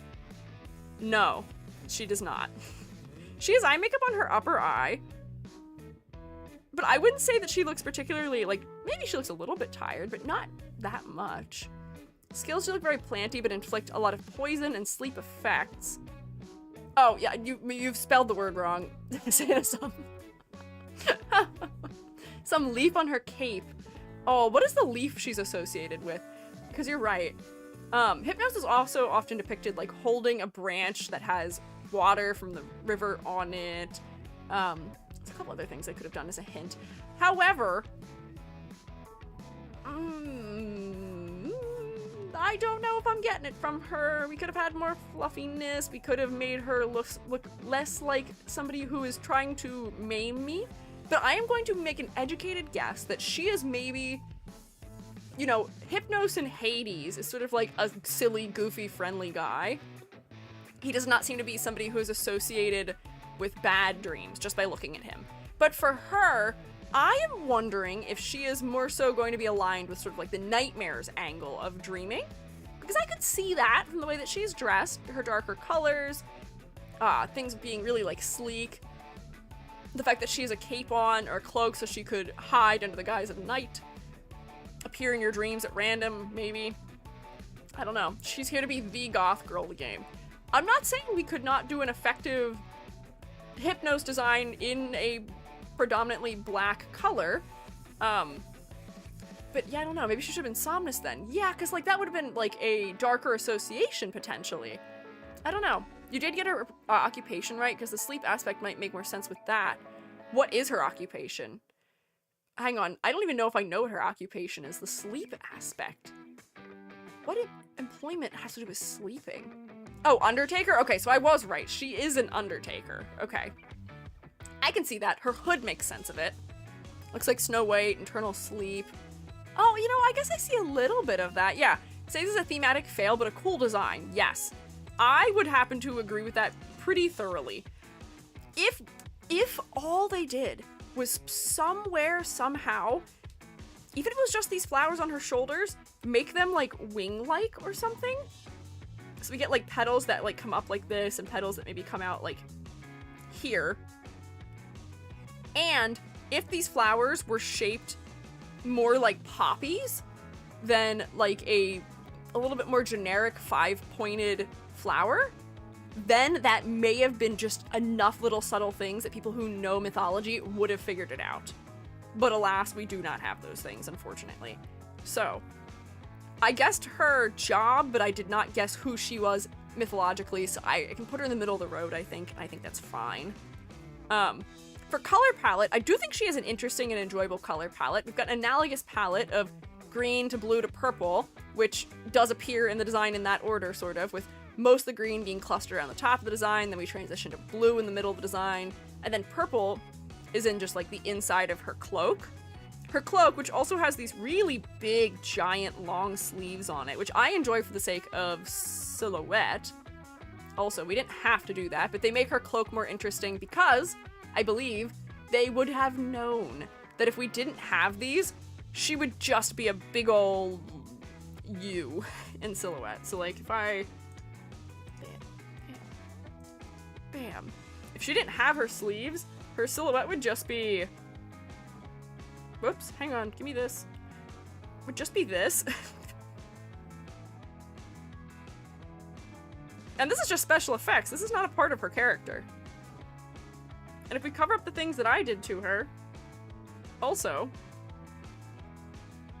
Why am I not capable of dragging this layer higher? That would have been the silhouette. Who is this? So they did make a very smart decision with the sleeves, and I'm happy to see it. Just Sith Lord now. Do it. Does her golden earring mean something? I am not sure. Does it mean something in the lore, maybe? Let me see what it is. It has an eye in it, I think. Golden earring. Does she have a golden earring? The surfboard. She is a surfboard, also. Evil D&D wizard. Yeah, I think it's silver. Or were you talking about something else? I am not sure. But anyways, silhouette, good. You pass, you're fine.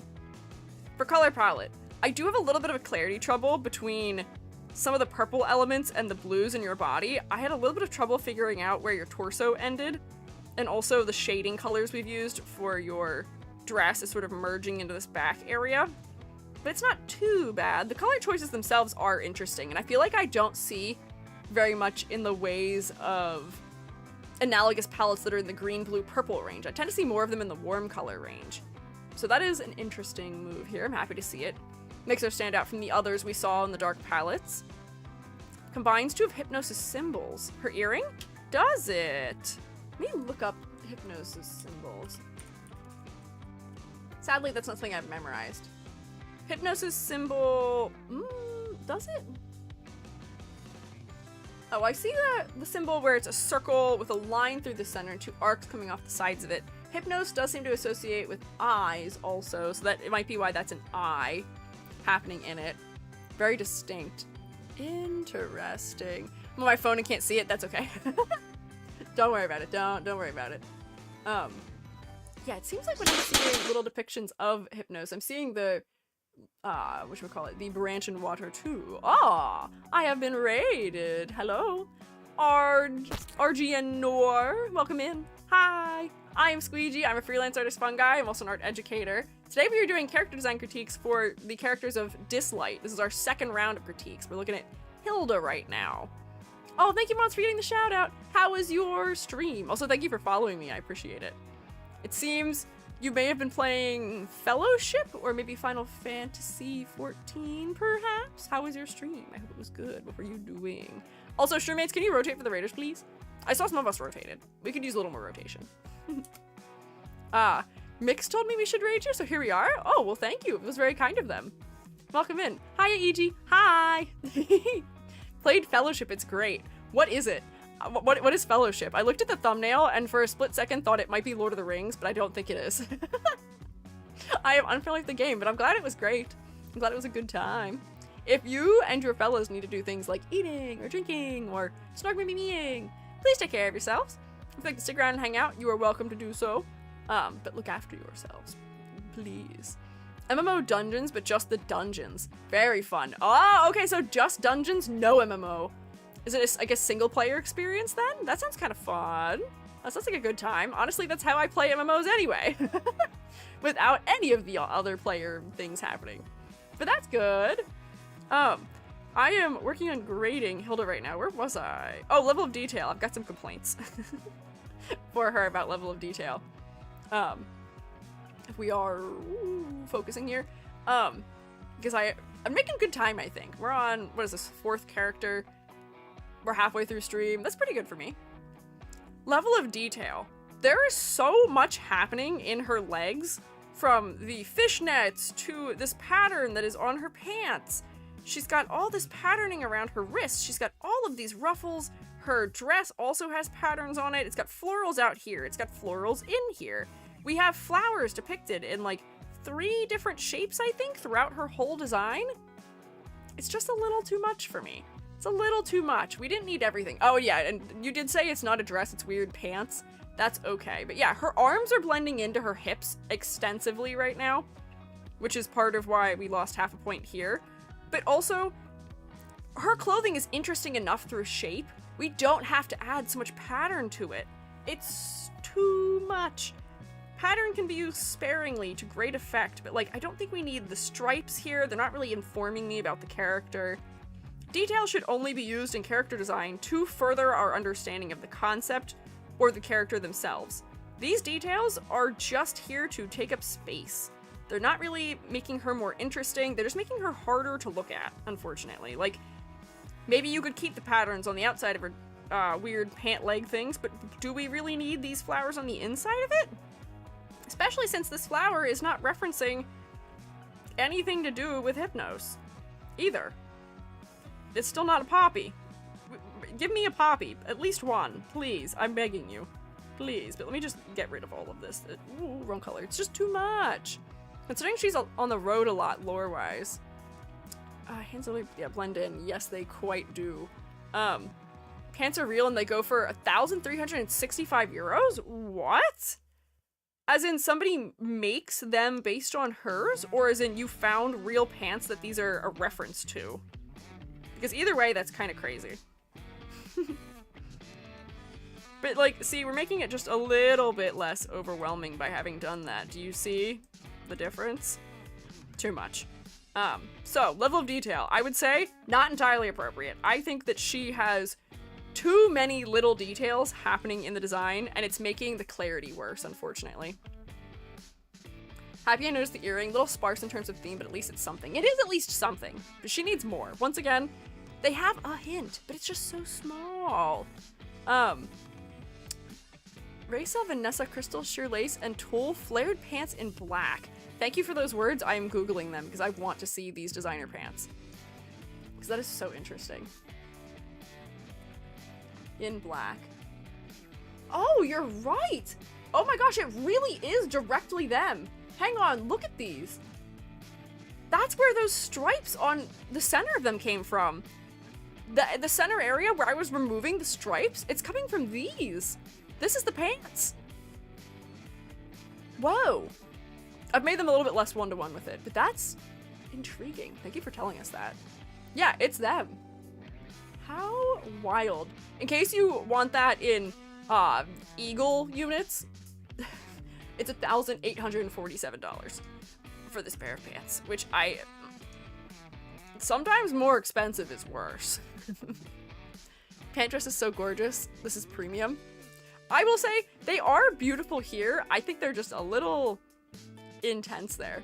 Not the first time I've ever heard designer fashion, I think. I have heard that they do that. They also like their shoes in this game. I have similarly heard, perhaps. Let me see. What else do I have to say? Level of detail, we graded. Focal point. Her color layout is doing a good job to push us to look at the upper half of her design. Although, for me, the focal point is generally this area.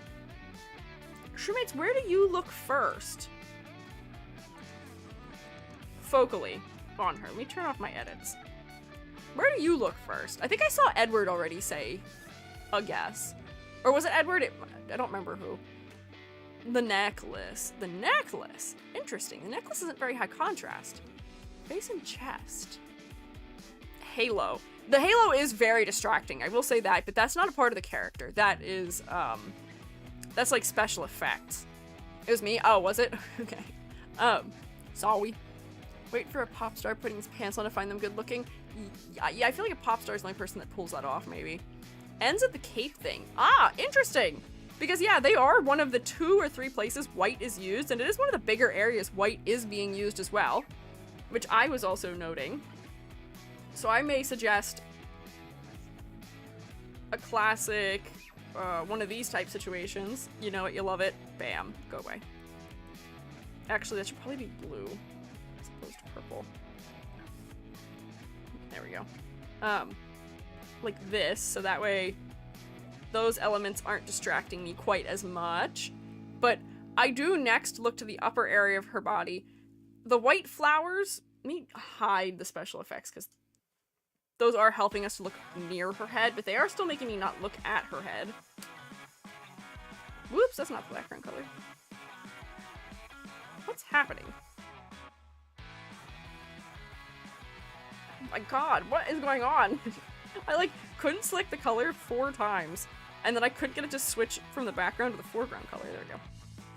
If I get rid of that, her face does become focal to me because it has the warmest green in the design, but I can also see what you mean with the rest of with the chest being pretty focal. It is a really big flat plane of this gray color that isn't in a ton of places.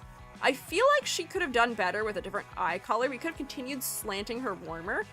This is a character where if she had gold eyes, because everything's so dark around her, it may work just a little bit better, perhaps. Yeah, the halo really had hands and was trying to fight back against me. It did not want to leave. It's important to her. But the necklace is the bluest thing in this upper part of her body, but I still do think her head, once we get rid of the sleeves, is pretty focal.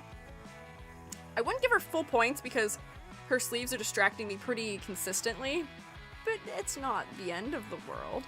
But here is our grade. You know what's funny, and I think is also a little bit sad, is that the character designs that play it safe tend to score better as a result. The character designs that play around a little bit more don't tend to score as well, which is disappointing, but it's just because some of them could have used a little bit more iteration to fully determine the most effective way of using the elements they've decided upon, where the ones that are more safe, they're using tropes and combinations of tropes and combinations of colors that I don't want to say are overdone, but they're done really commonly, and they're the kinds of things that are really easy to get right. Black and one color works really easy as a color palette. Having more colors in your palette does open you up to potentially them not working as well. If you under-design, that's easier to fix than over-designing is, and we're not as harsh towards under-designing often either. And if you over-design, you often are going to lose points in both complexity versus clarity and in focal points. So it is unfortunate, because I do think she looks really neat. She is cool. But I feel like she just needed a little bit more guidance in a couple of areas. She needs more things to sell her concept, and the detail just needs cut back a bit. 1, 2, 3, 4, 5, 6.5. Oh no! The thumbnail is wrong! I think I gave her like a 9 on the thumbnail. What did I give her? I gave her something pretty good. Let me see. 7. Oh, actually, I gave her a 7. So I was actually closer than I thought. Never mind. The 9 actually goes to the next person. My thought of a 9. So I was pretty close. Under design also gets a higher rubric score, but not for VTubers because you risk becoming background characters compared to everyone else. Yeah, unfortunately. And I do agree that giving her under eyeshadow might have helped her read as Hypnos just a little bit better. There's a number of things here that could have helped her in that department. Let me bring back my little modifications. Let me get rid of her hair being hidden for her halo. Where did I hide her halo?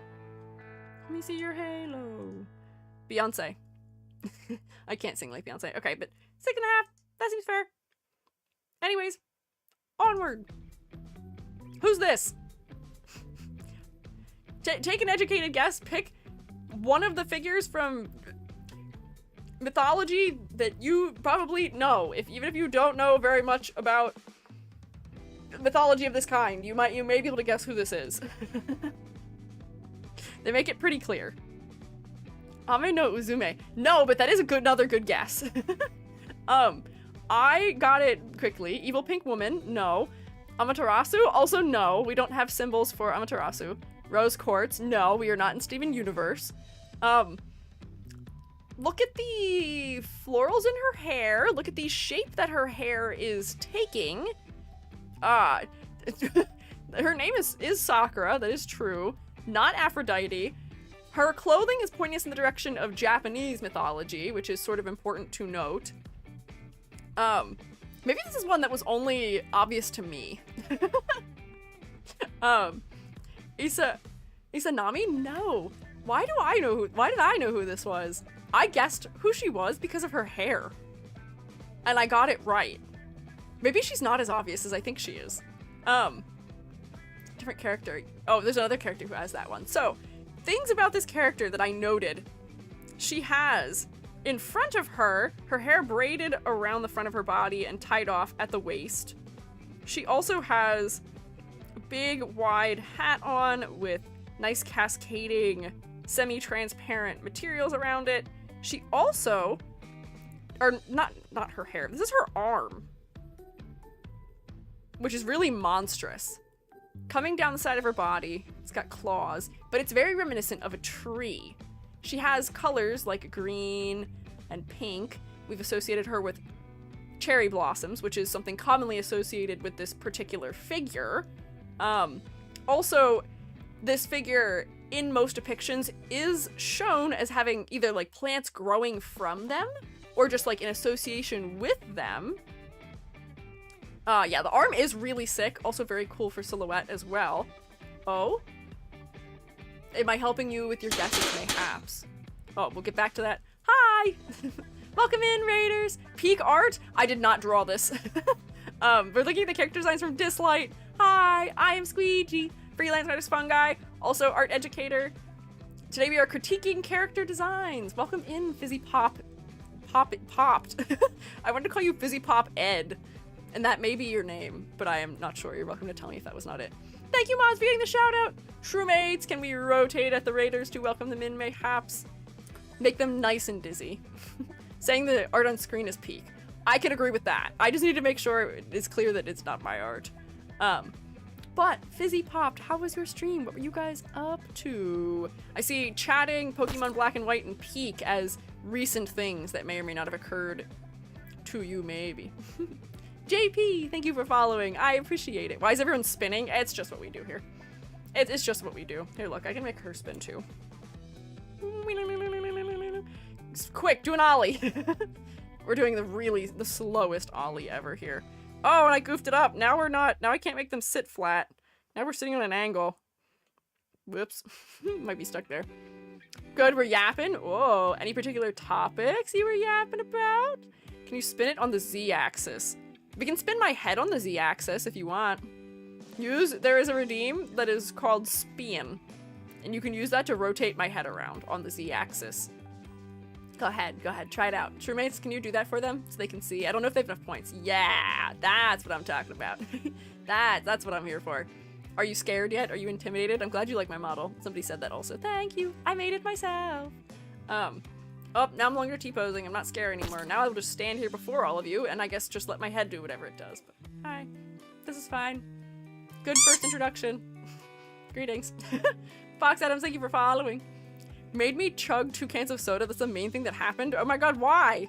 Why would you... Oh. God. This is fine. This is normal. Hello. They've turned me into my eldritch form, and I've now become a nightmare. Don't listen to her. Why would you force your streamer to chug soda? I hope it was at least a good soda. Hi, I am Eldritch EG. I am the nightmare version of EG. My head is turned into a pyramid, which I think relates to the scary month in some way. I know there's a man called Pyramid Head people think about this time of year. Supposedly there was supposed to be something that made it clear what kind of nightmare god I am, but apparently not. So I guess I am just scarier than average EG while we try and guess what this character is the goddess of, or what mythology she is related to, potentially. Flying Train, thank you for following too. Yeah, not Pyramid Head, but Pyramid Teacher. Triangle Teacher, even. This is a very flat triangle. I'll just sit down here and be on fire and not have a head. But also very fitting for this time of year, as I am maybe now a headless horseman, maybe. Eldritch EG, what do you think of the character behind you and their giant monster arm? Does it inspire you to obtain cool monster arms too? I would love a cool monster arm.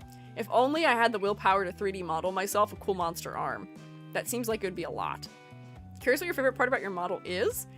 My normal model, it's my hair. My Halloween model, I really like my cravat. I can't remember off the top of my head who it was that suggested making my cravat oyster mushrooms. Do you see it? Because I am a fungi. It was so clever. It was so smart. It's so cute. It's so bouncy and jiggly. It's so good. Sorry my head's also a broom. I can like tidy up my corner over here for fun. Anyways, I gotta lock us in so we can get through all of our characters today, perhaps. But fellas who rated in, if you guys need to do things like eating or drinking or snorkeling, please take care of yourselves. It seems like you were doing an eating or a drinking, which is good, but do take care of yourselves. If you want to stick around and hang out, you are welcome to do so, but please prioritize looking after yourselves. Redeem that I forgot to put a limit on. Ah, I see. I have a cooldown for 5 minutes on my drink redeem, because otherwise we may accidentally spam it. I don't think the streammates would do that to me, but they might. Unclear. They like to torture me a little bit. Let's see. Oh, this character's in-game model is pretty decent. I don't like that the green is fully pushed around the side of the body, and we just decided not to do the exaggeration for her sleeve on her 3D, but that's fine, I guess. Oh, thank you for Sippy. I will drink my electrolyte. Ow! Are we just trying all of the redeems right now? I'm a nightmare. You can't hurt me. I'm saying ow to make you all feel something, but it doesn't hurt me. You can't harm me, actually. The fire does nothing to me. It's a little bit warm. I need that. It's getting into the chillier time of the month and the year. It's good for my health to have a little bit of warmth nearby, maybe. Dragon King, thank you for following too. I appreciate it. Yes? Okay, go ahead. Go ahead. Torture me if you must while I drink my liquid. Her voice line during her ultimate are also just the right amount of extra. Ah. Interesting. Are you ready for me to tell you who she is? What her mythological reference is? Because I know what it is. I knew what she was. I guessed what she was pretty quickly. Somehow. This is Sakuya-hime. Something with cherry blossoms. Yeah, this is Sakuya-hime. She's the blossom princess. Look at all the cherry blossoms. Clearly. But that might not be, if people don't know who that is, then that might not help. Who? Konohana Sakuya-hime? The goddess, I might only know her because of experiences with Mokuhanga, which led me to knowing some Japanese mythology, but I think she is the goddess of Mount Fuji and also volcanoes, but like she is the blossom princess. She is often depicted as having trees or other little things growing from her. She always has pink in her color palette when she's depicted in color, or like a red or a lighter red, because of the Sakura flowers. I figured out who she was. She is also considered the avatar of life. So by making her scary, arm, tree-like, it's root-like, it's attaching to the ground. She feels like life is springing forth from her. Green is a color we tend to associate with life as well. That makes sense for her. And yeah, her symbol is cherry blossom. So, I figured it out. I see it. I can see it. She's a healer in the game. That would make sense for her mythological basis. Very cool. So I would say this passes for me. I feel like this is one of the ones where I was not likely to get it right, and I got it. So they are doing some of the right things. I feel like... Oop, hang on. What is going on there? Oh, no. I just hit a bad button. Ah! Oh, no! I just hit a button on my Steam Deck that I should not have hit, and now I think it's trying to double launch all of my programs. Oh, God. Oh, no. My computer's so mad at me. Oh, no! No! Oh, God. Help. Help, help, help. How do I stop it? Can I stop it? It hasn't finished launching all of them. It's trying to launch all the programs I used to start stream because I hit the wrong button. I tried to hit the button after it. No! Oh no. Do I have multiple hands now? Go away. Hopefully it won't double launch things. Oh, it is double launching things, isn't it? Oh, scuff of all scuffs. What have I done? Oh no. Oh wait, hang on.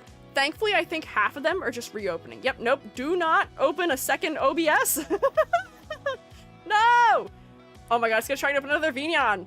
Don't. Do not the second Vignon. Yeah, no. Yeah, the port's already in use. It's because I'm streaming! Help! Control, Alt, Delete, and Destroy. I'm hunting and destroying. Why do you have a self-destruct button? It's because I usually use that button to launch everything on for stream. So it's usually a helpful good button. Oh, my computer is so mad at me right now. Did I get everything? Did I get rid of everything that shouldn't be open? Close this. I do not need a second Vignon, please. Please close the program. You got it. There we go. Okay. I think I solved everything. I did. Okay. Fushu. Exciting, really quickly. Shumates are saying this character is a serial killer? Why? Why would you say that? Why is she a serial killer? I don't see that. But Blossom Princess. I would say so.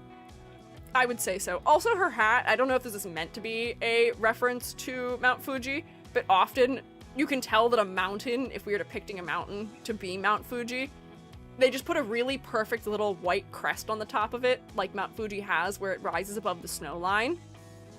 And I feel like the tip of her hat being that color may be something subtly referencing that, perhaps, maybe?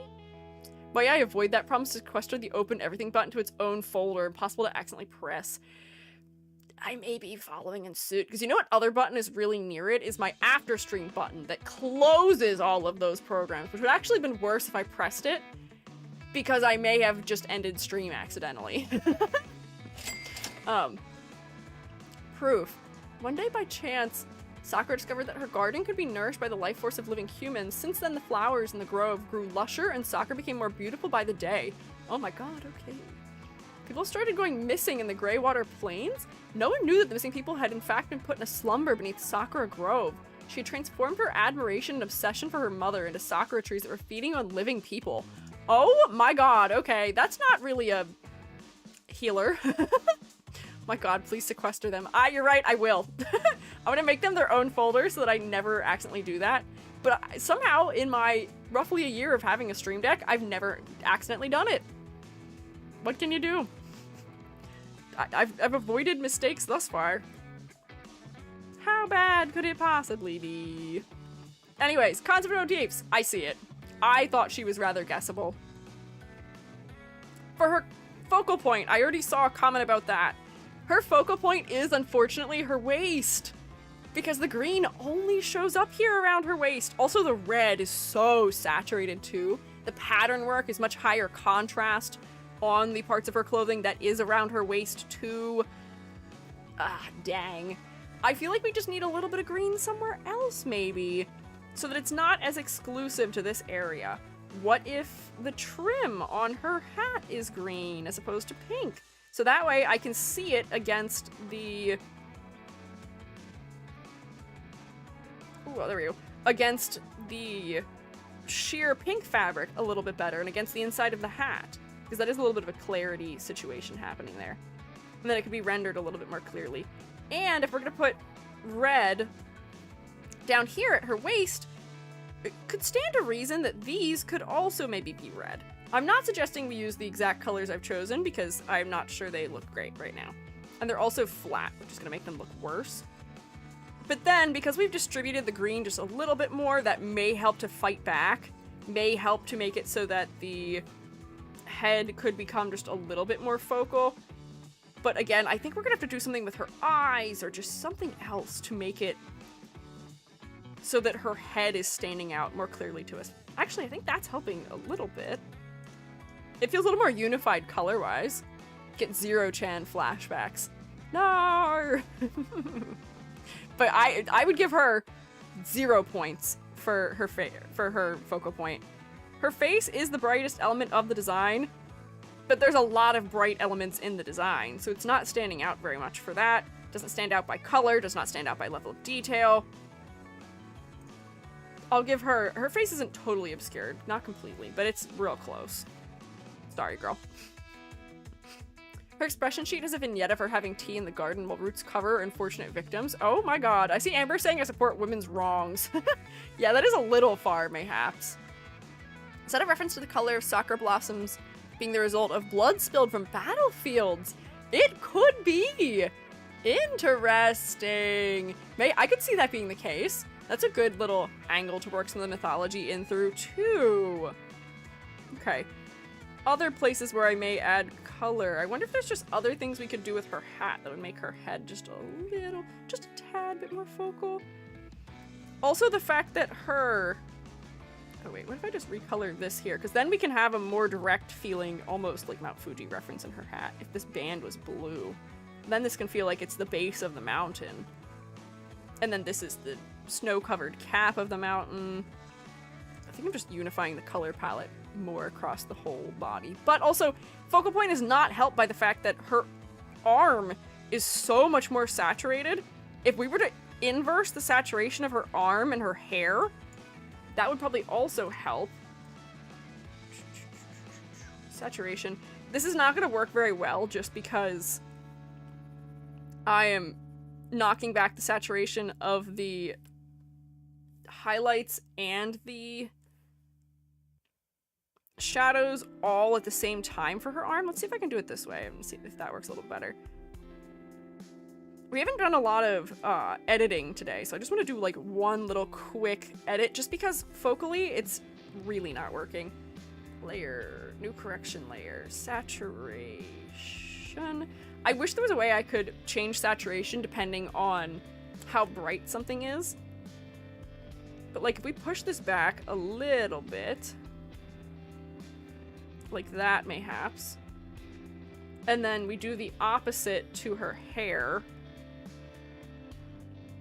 Let's see, her hair undertone is also much more red.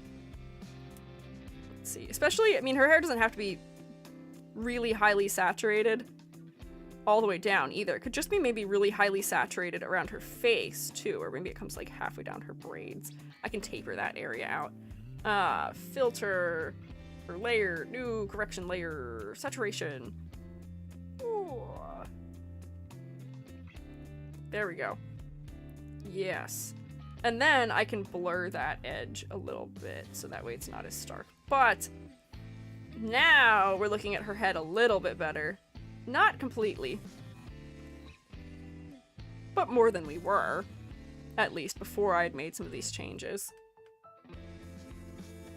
See? Improvements, but yeah, not all the way. Very saturated, especially lower down when the back of the hand becomes brighter pink. Yeah, it's like here, I'm looking at this, and then I'm looking at this, which is kind of odd. But yeah, notable modifications were made here that may help. Ombre to her hair, it's more saturated to her head. Yeah, that's what I went for here. So, that stuff could help. That also makes for just a slightly weird distribution of colors, but the color palette otherwise, I don't really have any particular issues with it. There's a little bit of clarity stuff that was just maybe minorly distracting with losing some detail up here, but that's fine. We don't need to be able to read that super clearly. Color palette itself is fine. I will say the level of detail on her in certain areas may be a little bit distracting too. Her underneath most layer with the tasseling on it, I think that level of detail is perfect. All the details are really pushed back. They're subtle enough to add interest without being too over the top. But some of these fabrics around her waist may just have a little too much going on with them, or could use to be pushed back a little bit. They're so high contrast. And I know that that's not uncommon for Japanese clothing. They do tend to like much more high contrast pattern work than maybe is as popular here. However, usually it ends up working because all of the clothing is really high detail and high contrast, but then the face ends up being a moment of rest, where here it's not really working that way. So we may need to force the face to be much more of a place of rest, or just tone these elements down a little bit. But I would say that the level of detail is not quite right. It's not terrible, but it's not quite right. For silhouette, I think this is one of her strongest categories. Her hand really helps her knock it out of the park. Her hat is really nice and big and exaggerated. It's round, which is friendly and welcoming, which is then contrasted with her crazy, inhuman hand. So we can tell that while she does look friendly and welcoming with these nice round shapes, she's got some squares, maybe she's dependable, she's the healer. However, she has an edge to her as she is clearly kidnapping people, I guess. And doing not so fantastic things. She heals her team with the fertilizer people? Oh my god, that is terrifying. But we are getting some of those ideas from her silhouette.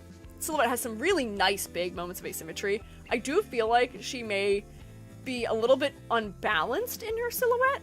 They could have lengthened her sleeve to provide a little bit more balance to just how chunky this arm is, or given her something that offsets it on the other side of her body. But you know, I spend so much time wishing and begging and praying for asymmetry, and she is completely recognizable the way she is. I think I'm just being nitpicky with her. I would feel bad taking points off in this category from her because she is doing so much. For ultimate, the hand burrows underground and then the roots burst up.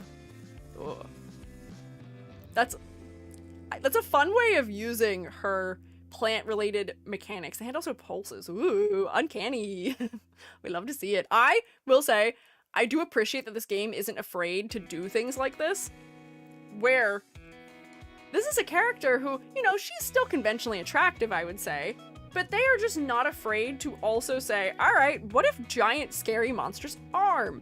What if we made Hilda gray?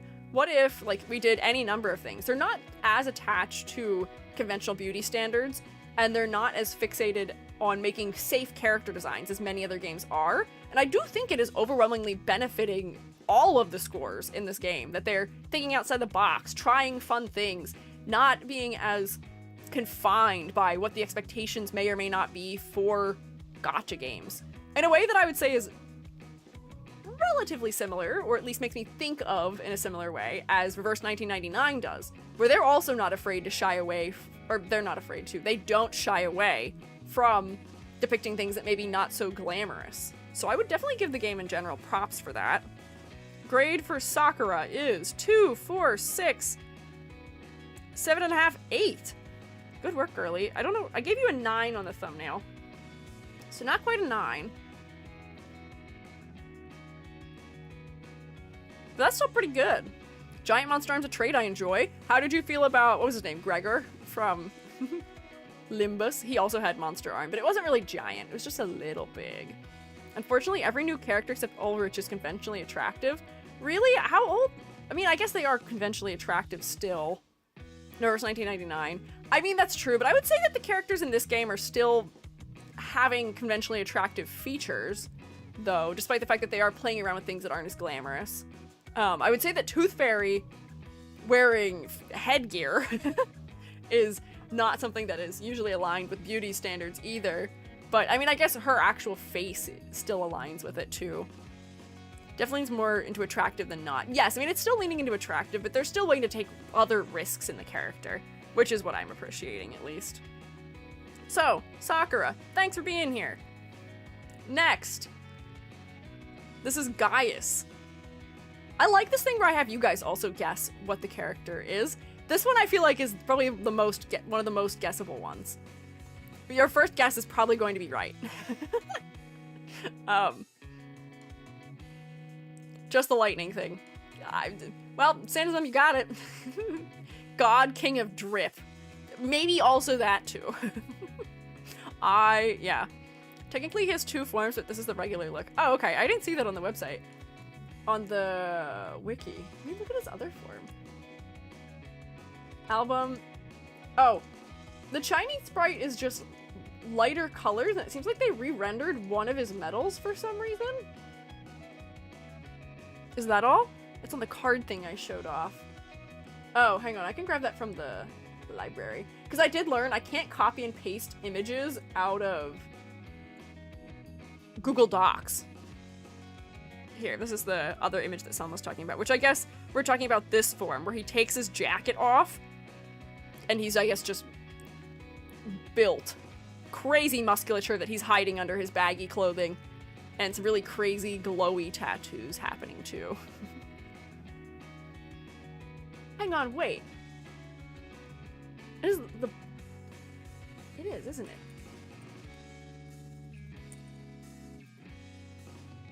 Yeah, bulls and bullhorns are another symbol of Zeus. So while to most people that may make them confused and think Minotaur or something, that is a symbol of his. Which probably relates to Minotaur and other things that have that. Is he with the Hera of the game? That's his wife gone form. Well, it sounds like maybe not anymore. Sounds like he may have lost his wife, unfortunately. But okay, interesting. I do enjoy the symbolism happening there. But if we look here, this is kind of overwhelming. He has so much going on with the special effects. Let's get rid of that just for now so we can look at his design without all of that. We can say immediately, right off the bat, focal point. There's pink in one place. It's his head. I will say somehow, despite the exclusivity of the way pink is used, the lightning bolt is distracting me from it decently. But I still think the head is triumphing and winning here. The pink hair is so neat. Also, the lightning bolt stylized eyebrows. People may think that they're kind of silly looking, but I am here for it. I think they're neat.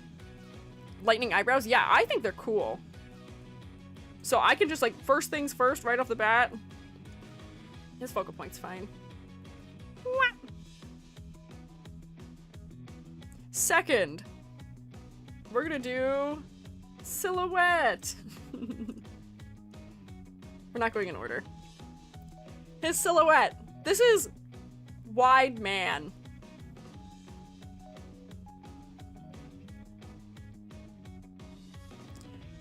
He has a lot of squares in his shape language. We see his really squared off sleeves, his squared off pants, his boots have sort of a square edge to the top of them, the toes are boxy, the treads are squared off. So I'm gonna guess that he is the kind of character that is probably pretty dependable, as would make sense for somebody who is like Zeus, who is, you know, the, like, king of the gods and all. Dude guy fella who is bald. Yeah, he is bald also, which may also be a defining trait that makes it clear who he is in silhouette. But am I crazy for saying that in his character design silhouette, the fact that there's none of the lightning bolt imagery touches it is rather strange to me. And I do feel like his silhouette does not feel as distinct as I may like. And it may just be that I am feeling fatigued from seeing sort of similar, really squared off silhouettes like this in like techwear adjacent styles in VTuber designs and in a lot of gacha games. Where here in this game, I can't say I've seen another silhouette like this. So I may be being just a little bit unnecessarily harsh. He has some asymmetry in his legs, and the actual top is designed asymmetrically. But I'm still left wanting for something in his silhouette. So I'm not going to take a full point off for that, because that may be unfair. He's still recognizable in his own game. However, something is missing for me still. And also, yeah, Amber said, there is indeed what?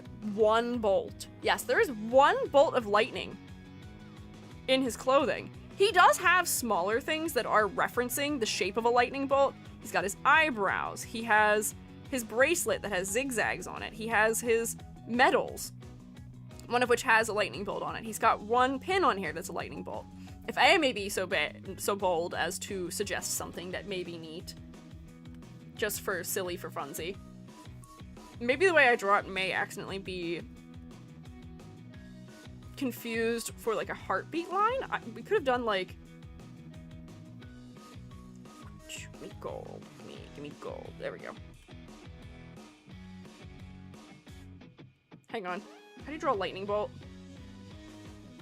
No. Longer. First. No. Hang on. I'll get it.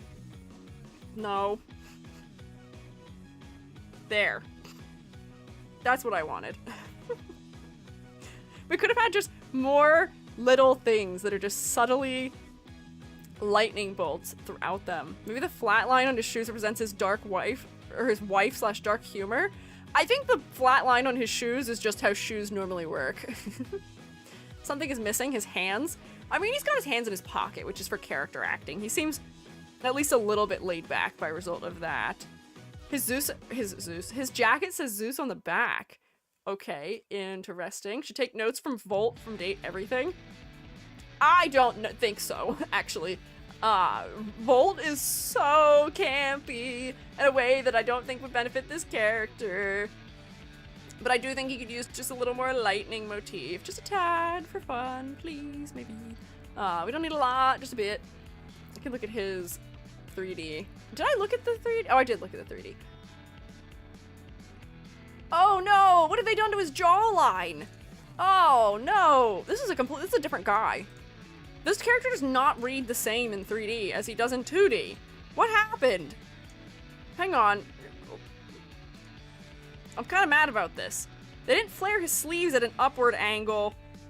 His pants aren't blocky the correct way. His shoes have been shrunk down and don't have as much contrast in their silhouette. His laces are thinner. We've lost the exaggeration of things. He doesn't have a jawline any longer because the shading isn't dark enough. And his bracelets don't even have the zigzag anymore. They're just generic chain now. I'm mad. So his hairline's higher. His hairline is higher. I think this is his powered up mode where his eyes are doing something different. I don't like this. His eyebrows don't have as much detail. His neck is weirdly wide. What happened? The lightning bolt doesn't go all the way across his chest anymore. I should stop looking at it. We're not here to critique the modeling. The design did all of these elements correctly and proportioned everything in a way that makes sense visually. God pattern baldness. Oh my god, what is god powdered baldness? Eyes don't depower in that view. Oh, that's also weird. I think his eyes work better without having the blue outline around them. If you want to make him have bright colored eyes, how did they do it here? Oh, they just made them pure white, which is still a good decision. You can give him pure white eyes, but if that screenshot gave him the blue and pink in his eyes, just in that circumstance, just give him blue sclera. Don't change his eyeliner color. We need that to increase the contrast of his eyes. If we went like this, bam, and made it like flat colors, that would still be a stronger way of doing that like powered up eye thing than what they have done. It's strange. Anyways, I'm personally upset about what they did to his 3D model. As a 3D modeler, I am personally upset about it. Follow the reference. Please, please, I beg of you. I beg. Anyways. Anyways, color design. Interesting color palette here. We've got blue, cool, undertoned black areas of the design. We've got a variety of gray tones as well. We've got his pants, which are darker. We've got his jacket, which is lighter. Then we also have greens throughout. We've got greens in his socks. It's a very military green. And his collar. We also have his hair, which is pink. Green and pink are good colors together as far as contrast goes. They're almost complementary because red is a complement to green. Interesting palette overall. I would pass him for the fact that I can see all the edges pretty clearly. This illustration, I can tell why they brightened his jackets just to make it match his story sprite better. So for color palette, I don't really have any concerns. I might wish there was just like a hint of pink somewhere else for Unity, but it's not too bad. It makes his head truly focal, which it needs to be. Oh, we didn't guess his occupation. I have a guess for his occupation. Is he also some type of military figure? he's got all of his military medals hanging from his waist, and that's the clearest thing that makes me guess that that's what he is, potentially. But the military's green, the tactical pocket on the side of his pants, those would probably also help point me in the right direction for him. Combat boots are originally, at least, coming from military use case. Leader for the good guys at one point. Ah, okay. Interesting. What are the leaders of the superhero organization for Leora and Tang Yun are a part of? Okay. He's one of the leaders for the good guys until they decided to character assassinate him. Oh, no. They character assassinate him? Did they character assassinate him, or did they just make his character do something you don't like? Which I guess could be similar. And as Ty said, we don't talk about second story. Ah, okay. Used to be white-haired, but they changed because in early games we had a lot of white-haired characters. I appreciate them making that change because I complained so extensively. I think about Wuwa having almost, I think it was a third of their cast had white hair. Guys, we can do other interesting things with hair colors. Pink! Pink is so much more interesting, and it's unexpected too. You don't often tend to associate somebody who is very strong in silhouette. This guy feels very dependable from all the squares. I believe he's a leader. You wouldn't often, you know, first choice in your head say, all right, this guy is the leader, the king of the gods. Pink hair. That's not a thing you would probably say just first thought, but I'm so glad they did that. It makes him unique and it makes him interesting. Anyways. Concept. I would say very guessable, though we could use the lightning bolts more and in more creative ways. Also, the fact that he has the ox as like a hidden symbol is interesting too. Usually lightning is done either yellow, purple, or blue. They went for a mix of light blue and pink too. Already at 20 of the early game characters? What do you mean 20 of them? They did. He was a double agent all along. Ah, interesting. I can see people might not like that. Because why would Zeus as a god also... I mean, Zeus did a lot of nonsense, don't get me wrong, in mythology. People don't like that. However, I don't know. Lightning that transes your gender, powerful. Interesting color choices, yeah. Counting them from white hair. Oh, 20 of the early characters. Okay, so I'm glad that they noticed that they were doing that as a trend, like Wuwo was doing and like other games have, and made a decision to consciously not continue. It's good for variety. You don't want all your color palettes to feel so samey. We want variety. 4, complexity versus clarity. I think he has an acceptable level of detail. He's got enough specific elements from his medals, little bits of lightning bolts. This big moment across the chest is honestly making most of it work for me, that I'm not bothered. But I do think that, like, you know, he's got those lightnings bolts on the chain around his neck. We can't see any of that, which is sort of disappointing. We could have made some of the fastenings and pieces of his clothing more specific to him instead of, this is what a buckle looks like. This is just a buckle. We could have designed them up just a little bit more. But for the fact that it seems like they're trying to make this a relatively grounded character, you know, his clothing shows that he's seen probably the battlefield once or twice with the tears and the wear to it. But his clothing is still otherwise pristine on the outside. You know, we're getting some character read out of that. I'd say level of detail is probably okay. Pink as a color seems to have popularity with the old symbol of masculinity and force. Oh, see, that's true. That's good to bring up as well. Although, I'm not sure where that has its origin. I'm not sure if it is ancient Greece that originates from, but that is an interesting thing to note for masculinity as well. Moth's got to his shirt. Ah, no. I'm sure Zeus can afford a new shirt, maybe, hopefully. But, complexity level of detail, I would say it's okay. I might want a couple more specific elements, because some of it just feels like it's just clothing that exists, not clothing that's designed for him, as much as the other characters. Other characters have clothing that feels more specific than his, which makes me just yearn for more. But, not bad. It was a pretty quick one. 2, 4, 5, 6, 7, 8.5?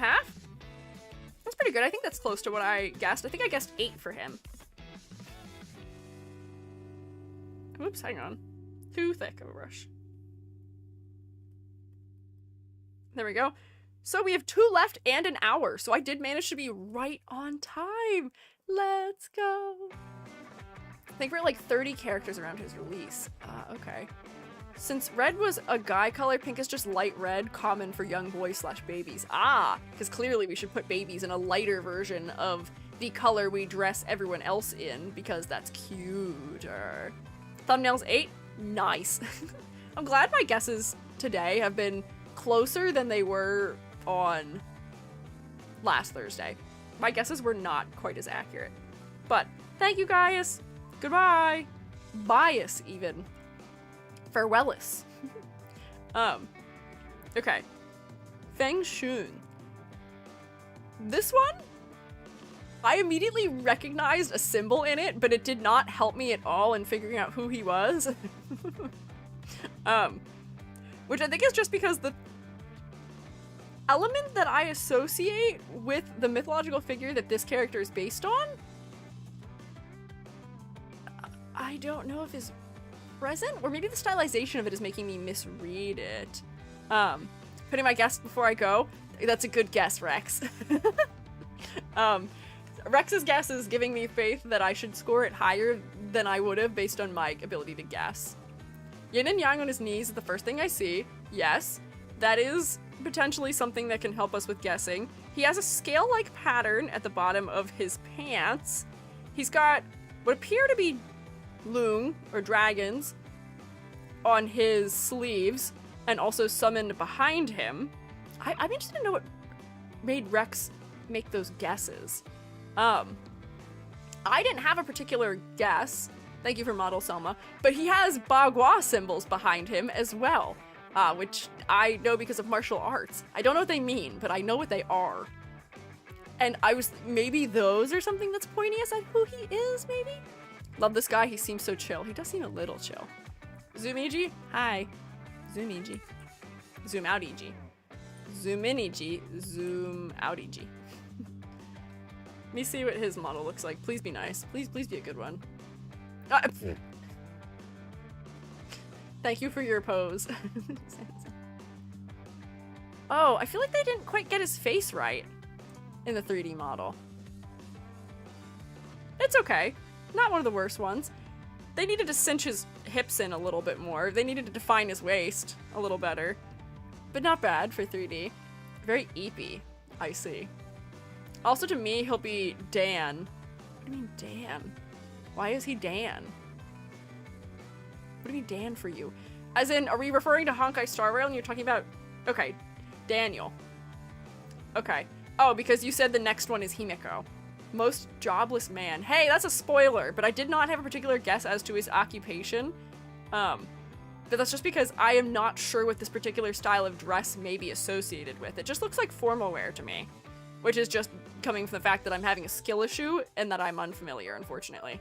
I can admit that. So when Rex returns to the bathroom, I want to know what made Rex guess Fushi, because it is Fushi. He's based on Fushi, who is a deity I'm familiar with. Or not, I mean, kind of a deity. Sort of. I'm familiar with him. I'm familiar with Fushi. I was familiar with Fushi because of Kung Fu Panda. Which is kind of funny, but Fushi is a mythical emperor. I think he's the first. Let me look at my notes here. Fushi is a divine being with a serpent's body, depicted with leaf-wreathed head growing out of a mountain, or is a man clothed with animal skins. None of which is things that I'm seeing going on here. I don't know. Fushi? Huh? Why are you saying Fushi, Amber? Who? Hoshi? I don't see Hoshi anywhere nearby. Just got him around the same time the dragon, and that I just got them muddled up a lot. Oh, I see, okay. He's the same family name as the Nua Esper, Feng Nushi, but apparently they never explained if they're related or not. Fushi, not spelled that way. No, F-U-X-I. F-U-X-I. That's how we pronounce an X. So I'm making a snake body. That's what I'm saying! The fact that he doesn't have a snake body is what tripped me up here. Who? His sibling or other person with the same related name? Who are they representing? What character are they? Or like, what mythological person are they? Let me find them. There's another character that I guess has a counterpart. Oh, Nua. I don't know who Nua is. Their wife. Why does the wife get a tail, but he doesn't? That would have been such a good hint. Nua. Nua. Mother goddess, cultural hero. 3 sovereigns, okay, interesting. She seems to be depicted sort of similarly with a serpent tail and a human head. Oh, am I looking at her? It doesn't matter. They got hers very heavily censored in the Chinese client. Yeah, that would make sense. But what I'm saying here is that for this design, I would really guess that the snake-like elements would be much more prevalent, because when we zoom in real far, I think he does have slit pupils, which might be a hint. He is surrounded by dragons, which may relate to, I can't remember if that is particularly a part of Fushi's, I don't say lore, but his mythology. Oh, there's no space. It's all one word. Cultural hero, along with his sister and wife? Sister wife? Oh, interesting. Okay. I didn't know they were siblings. Giant sleeping within an egg of chaos. Okay. Oh wait, no, that's somebody else. Interesting. Average mythology moment. Yeah, I don't know why I'm upset by him having a sister wife when that's how all of Greek mythology happens. Just because other characters get to be furries like Pasusu. Snake Lady's so gorgeous, and then here comes Guy. Mythology relations are crazy. Yeah, average mythology situation. I'm similarly bugged by it everywhere. But, hints. So he is the son of a creation god, creature that has a human face and a body of a snake, known as original god, born in lower middle reaches. Okay. Historical interpretations. Is there any particular symbol that's associated with him other than his face coming off of a snake and also having leaves growing around it, mayhaps? Let me see. Because this may be a skill issue thing, because Rex guessed it immediately. Both are creator gods, but Chinese mythology is messy with their multiple creation myths. Yeah, there's a bunch of them. Let me send the historical artwork. Okay. I am intrigued. Rex, what made you realize Fushi's the most famous and has a snake lower half? Yes, but was there more to you guessing that this is Fushi? Or was it just that they are a famous god, potentially? The base of his pants look like book pages. They do look a little bit like book pages. But the only hint I'm getting from his design is we've got a little bit of snake scaling on his pants, but it's really low contrast. Keep an eye out for Rex's historical references. Feng Shun. Oh, she's cute. With her snake tail and much more prevalent snake scales. His sister wife. I'll be intrigued though. But I will say, in historical depictions of him, it does seem like he is often wearing particularly red and green, which are symbolically important colors. So I could see why. None with the girls that get the more safe design, but the opposite here seems true. Yeah. Yeah, I've seen this image. So I saw this image. Snake tail. He's wearing red. His hair's pulled back. But I guess there's really not a lot to go off of here, but this is really one of those things where the snake scale could have been much more important to understanding that this was who he was meant to be. I don't know. I think they were just too subtle about it here. And the fact that the animal depicted on his clothing, do they usually depict dragons on his clothing? I know that that may be something relating to maybe power or status because he was a god. But would it have made more sense to maybe depict snakes in some other way? Dragons can be snakes, but yeah, they should have went with snakes instead. I feel like I'm getting red herringed a little bit by the dragons as well. Conceptually, I'm not sure. I mean, Rex guessed it immediately. You made 2 guesses and it was one of them. But I'm not sure that they have actually integrated the concept into the design as much as they could have here, unfortunately. Plan the designs for non-furries with animal elements safe for a while, like Nine-Tailed Fox Esper doesn't have actual tails. Ah, classic in like the Genshin Impact kind of way also. A couple examples where it's the opposite. Like White Tiger and Wolf characters that are very similar. So what are the 2 white and black circles in the picture you just showed? Hang on, let me open that again. White and black circles. Okay, I see the white and black circles at the top and bottom of that image we had open earlier. Ghosty tails. What do you mean ghosty tails? Oh, you mean stuff down here? Maybe, I guess. You can contest this with me in the comments if you also realize who this was immediately. I do just think that we should have gone for snakes instead of dragons here. And that may have been enough to push the guess in the right direction, because I actually was familiar with this god. Thank you to Kung Fu Panda for allowing me to witness that name somewhere. And it just didn't align with depictions of him that I'd seen. Because I see the ones where he's wearing like a, what do you call it? Like a cloak almost made of leaves? Or he has like animal furs somewhere on his body. And I wonder if having things that were leaf-like in his clothing and their texture may have helped a little bit, or there might just be other elements that could have been incorporated. Fushi also because the Bagua chart behind him. I see, that's a question I have. I recognize the Bagua chart as being so, but I don't, what is it? Does he have an association with the Bagua chart? I didn't know what the connection was between him and Bagua, because I know what that is because this was everywhere where I went to Kung Fu. And it was labeled as such. Both have relation to elements. Oh, okay. I see. But then, yeah, maybe if that is important to him, it could have been incorporated into his clothing and not just his special effects. Mayhaps. Naruto?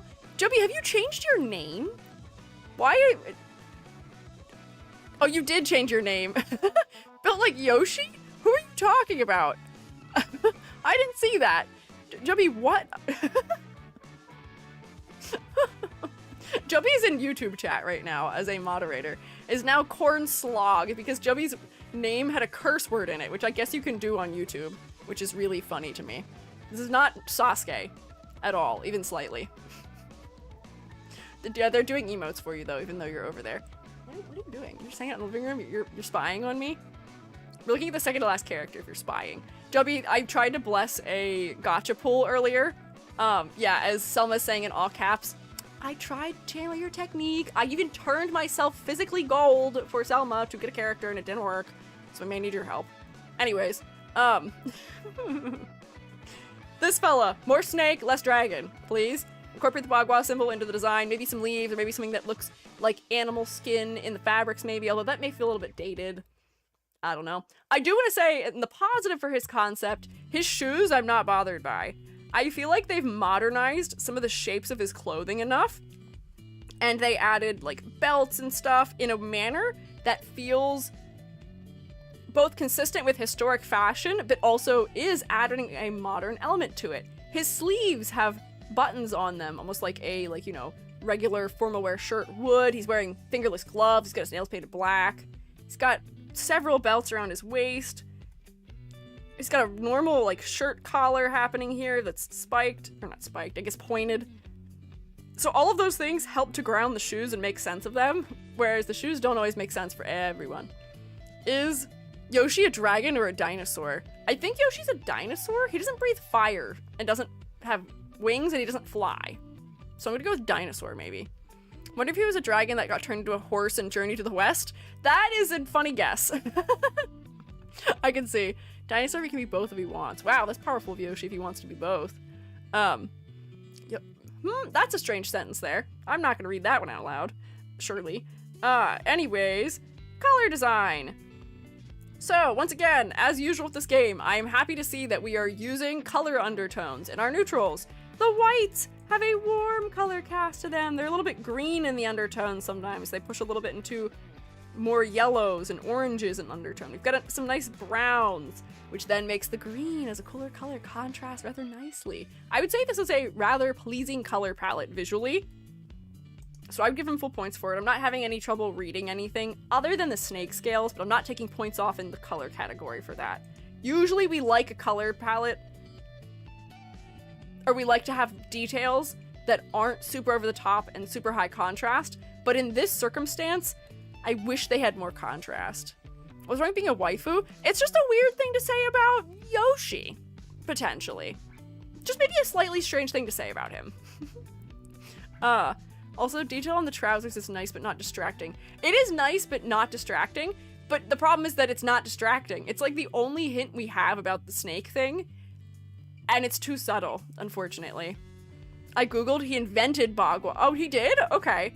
Interesting. So maybe we put that in his clothing too, perhaps, and that might be nice and helpful. Maybe. For complexity versus clarity. Notice something with me here. All of the detail is in his upper body, which, for a focal point, that's good. We do want there to be a focus in the upper body for a person. We specifically usually want the face to be focal. His really dark hair, because there's not a lot of black in the rest of the design. Here, I might want to change his color so we can see it a little better. Oh, wait, hang on. It needs to be a little bit darker still. Like, maybe like here? Yeah.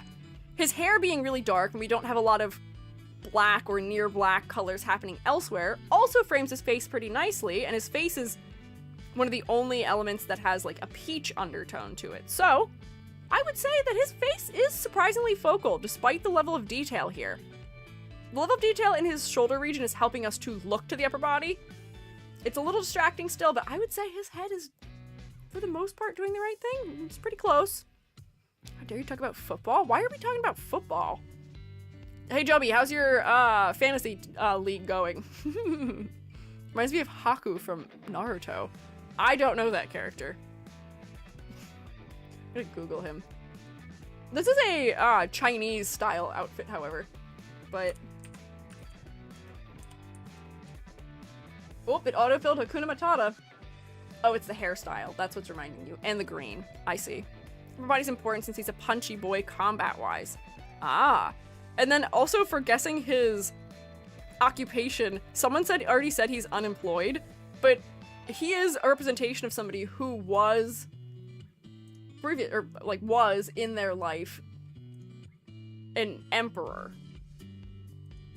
So I do wonder if there are particularly things that are making it clear to us that he is an emperor. I don't know if I'm seeing particularly status symbols that I would be looking for, but that may just be because I'm unfamiliar with them.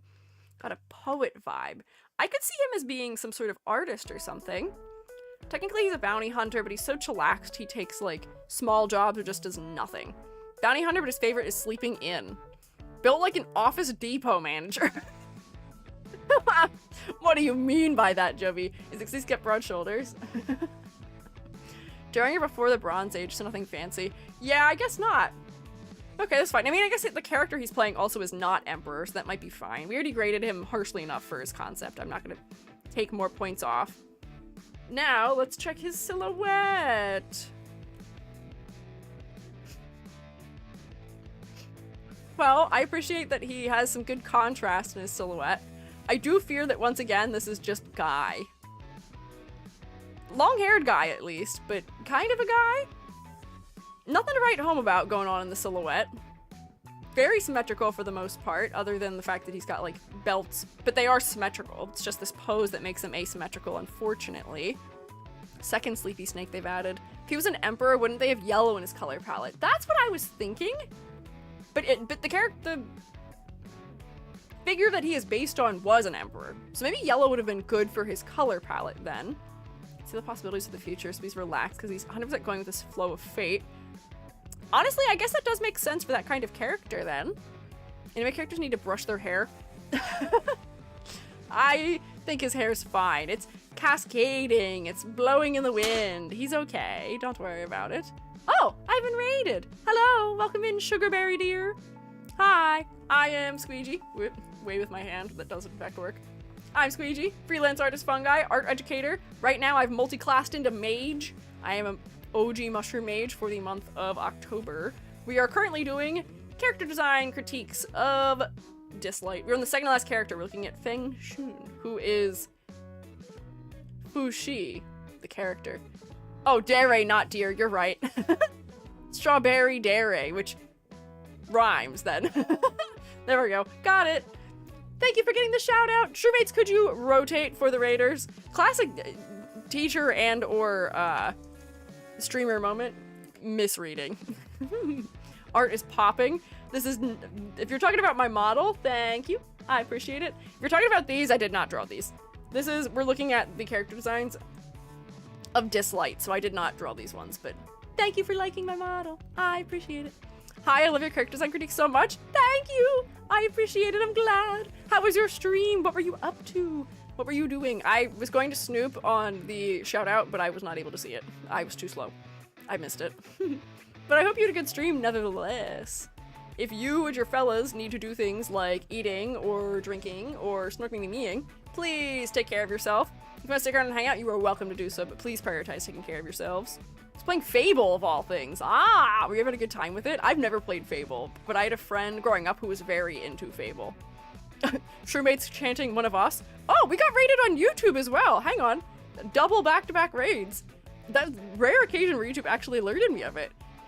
Natalia Finn, welcome in. Hi. Shroommates, I hope you're not dizzy. Keep rotating, maybe. I'm gonna introduce myself again. Hi, I'm Squiiji. I'm a freelance artist fungi, and I'm also an art educator.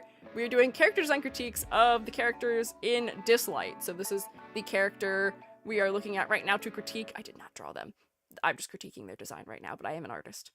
This is Feng Shun. Hi, welcome. Thank you for stopping by. I hope you guys also had a good stream, and I hope that you guys also had fun. What were you up to? You're welcome to tell me if you so wish. YouTube might be a little bit slow to load some things in sometimes, maybe, but I'll keep an eye out for you if you appear over there. Your raiders, mayhaps. But thank you for stopping by. To all the raiders from both raids. I gotta lock in, because I have still another design to look at, and I gotta finish grading this guy so we can get to it. We were talking about his silhouette, where I left off. So, silhouette, not really anything to write home about, unfortunately. It's not a bad silhouette, it's not the worst, but it's definitely not one of the stronger ones I've seen in this game, which makes it a bit lackluster to me. The Bagua symbols could have made for something interesting in his clothing, adding to silhouette. He's got all these layers on, but they're not really contributing that much, unfortunately. He's got a ribbon in the back of his hair. I don't know, something about the exaggeration isn't quite right. Lackluster silhouette is not grounds for really decreasing it that far, because I'd still say we can probably recognize him. Some snake bottom half. Yeah, snake bottom half would absolutely strengthen it in some capacity. I think it needs it. It's not too bad. Has he got Reeboks on? He does. He does have Reeboks on. Very classy.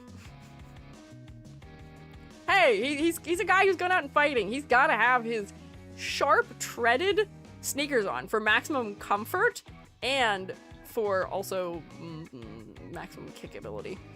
They should have made him a Feng Shui dealer? I guess they could. Maybe. Very dad-coded shoes. I would happen to agree with that, yeah. Looks to be some of them on the back of the trousers, but who's looking there? Yeah, why would you be looking at the back of his trousers? We look at characters, probably in the story, almost entirely only from the front. Complexity versus clarity. Level of detail is acceptable. Hang on, that's not him, sorry. Level of detail is acceptable. The clothing does feel particular and specific to him in the designing of it. The layering helps. The fact that we're doing a sort of modern and historic blend also makes it feel more specific too. I don't really have any issue with it outside of how it's distracting from the focal point just a little bit. And once again, it's one of those things where I know that high contrast patterns are popular, specifically in Chinese and Japanese fashion. It's just a little overwhelming. We could push it back just a little bit, maybe. Just a little. Not a ton, just a tiny, just a tiny bit. Just a itty bitty teeny tiny bit, please, maybe. Potentially. Anyways. Alright. Math. 2. 3, 4, 5. 6, 7.5 out of 10. Sorry, man. I think you got an 8 on the thumbnail. But that's okay. And now, the final fella, who was suggested to us by Selma, because I think this is who Selma wanted us to look at as thanks for preparing all of our notes for us. And by all of our notes, I mean preparing me a document of who characters are and which ones are worthwhile to take a look at. This is Jin Yu Yao, which I may be butchering slightly pronunciation, but I think I've got a ballpark of it, potentially, right? Take a look at her, absorb her, while I take a sip of my beverage.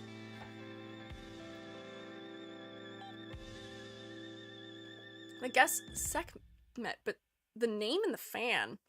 Yes. Also, her armor is not styled in a way that makes sense for Sekhmet. Look at her armor. Color red is going to be important here. She's got tassels on.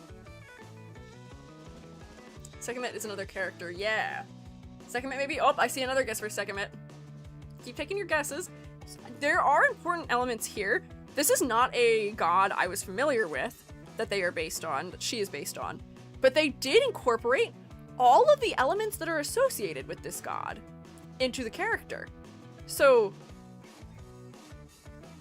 it is apparently well integrated. However, I'm just not familiar. So you guys keep guessing while I drink some more beverage. I actually should finish this. I have not achieved my quota of water today. Her expression sheet gives her a more feline face instead of the human one she has in the finished product. Interesting.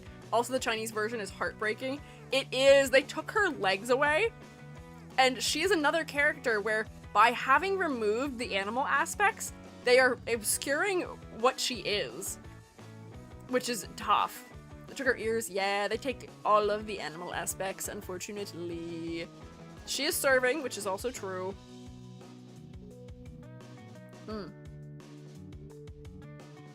The fact that I hadn't finished my, what is this called? Electrolyte. My electrolyte water before stream started was not good already. The fact that I'm still drinking it is even worse 4 hours later.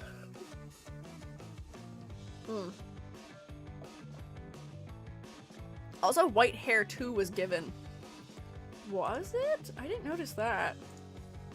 Oh, you're right. They did give her white stripes in her hair. They gave her buns at least to mimic her ears a little bit. Just so you can see, this is her design in the Chinese version, which honestly, I don't think this is that terrible of an interpretation. They still maintained a couple of elements that are important to understand who she is. The white streaks in her hair are a little bit odd, though.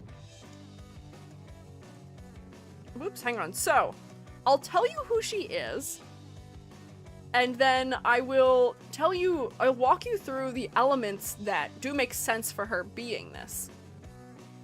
Looks like she's in undies under there. Yeah, I don't know if I particularly understand what they've done. This looks like a skirt with zippers on it. It is a little strange. And the ballet-esque lacing of the shoes is also strange. She feels far less intimidating for her very cutesy, feminine, and practical shoes. I feel like that's doing her a disservice. That feels like a different character in some way. So, first I'll tell you the symbols that are important to her. So, leopard's tail is something that this deity has. We have the tail. We do not have the headdress, which is something that is commonly associated with this character. But the headdress is used to hide the fact that this particular mythological deity has very wild, untamed hair, which they have shown at least to some degree. I feel like we could have done more, but her hair is really wide and it's a little bit disheveled at the very least. Her feline claws bloodstained. Neat. Yeah, they are. Which is neat.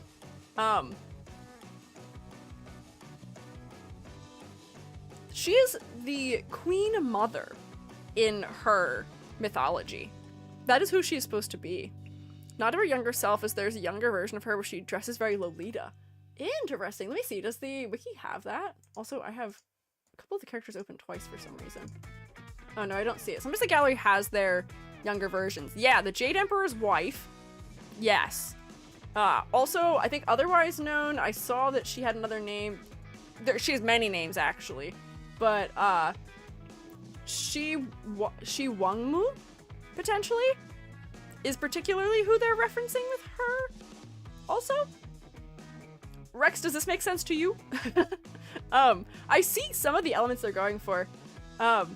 She's supposed to have this particular deity is said to have control over life, death, creation, and destruction. I feel like destruction makes sense. She's often portrayed in artwork like just a human. Yes, she is portrayed as just a human, but I think this is them just trying to be creative about the way they're incorporating the leopard's tail, which she does have often, and she's said to have tiger's teeth as well in depictions, which her teeth seem normal to me, but we could have had teeth somewhere in the design.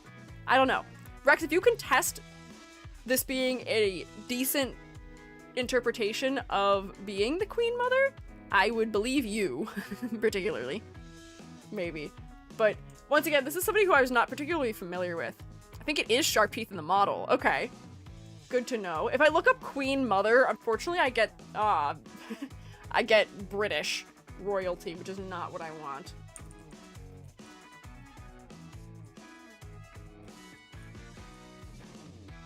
Is the Queen Mother often depicted in all red? Because I think she is. She's shown wearing red in a lot of the images I've seen coming up, so I guess that makes sense. I've only seen her statues. Fair.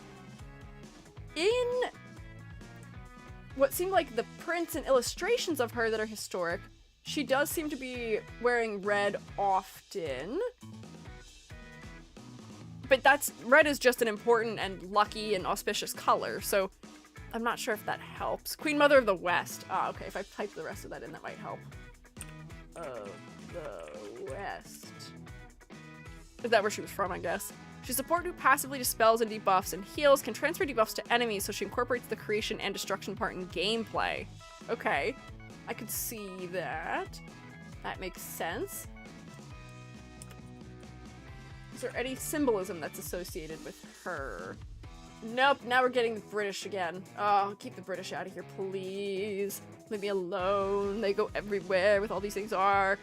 This is not me saying this about British roommates. This is me saying this about, for some reason, Queen Mother of the West symbolism returning almost exclusively British things. No. Do not leave. You're stuck here with me. You're not allowed. You are not permitted. I don't permit you. Just like 1800s China. The armor styling seems like it may be informed by that in some way. I was reading it as armor, but I don't actually think she's wearing armor. I think she's wearing a capelet. The fan's just making it hard for me to tell what her clothing is doing. But it may be something that's intended to read as having a similar shape. Yeah, as a jacket, I guess. I thought this was armor from a distance. Which, I will say, one of my critiques I do have about her is that the red in her upper body is really flat. There's not a lot of depth to it, and as a result, it's causing a little bit of clarity trouble for me, unfortunately. Her ex-friend scammed her dad, so she went from rich to poor and now only wants wealth and power. Ooh, okay. You're stuck, Selma. Yeah, no, you can't leave us. You're trapped. I'll send Sakura after you. Make sure you have to stay. Ha, ha, ha, ha, ha. She should wear jade like her husband. It does seem like some depictions of her are also clad in jade, so that may have been a good color to also include. She should have, also, if she is married to the Jade Emperor, she should also maybe have... Some of the depictions of her also have gold. Her color palette seems to be usually gold, green, and red, so that may have made sense for her, but gold, green, and red is the color palette a bunch of other characters have already, so then maybe they didn't go for that as a way to differentiate her color palette more from then. Green around her head would have made for a nice focal point. I do agree with that, but I will say, off the bat, one of the things I can immediately commend the design on is the fact that we've covered her whole body. Her body is dark. This is a nice purple undertone. Her hair has a more teal undertone, but she's got dark colors and then a lot of red.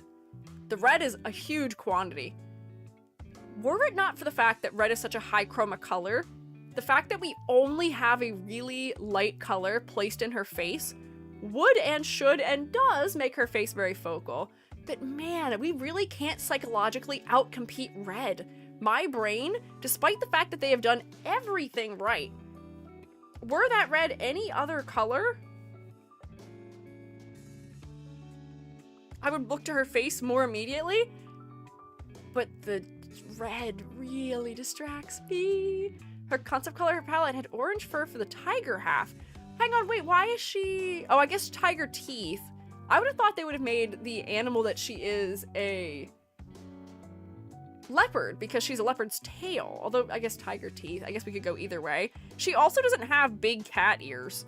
Her ears are really pointed, which I don't think of tigers or leopards as having as pointed of ears as these. They don't feel specific. I'm not sure. She has a collar and a chain. She has something like that, but I don't know if she's a chain. I'm not sure. Unless you're telling me that she has that somewhere else. Although you have a question mark, so maybe not. I don't know. Green around the head would be nice for focal point. Yeah, if we want to add some green around the head, that would help further the focal point. Oh, I've lost the Clip Studio Paint. Oh, no. I'm hitting all the wrong buttons today. What happened?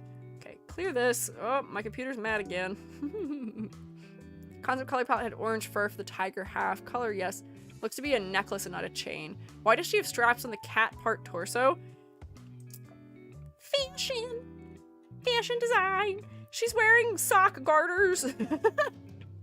Which, worn like this, I'm not sure how much this is actually helping keep them on, because the leg is tapering from wide to narrow, so this would just slide down anyway.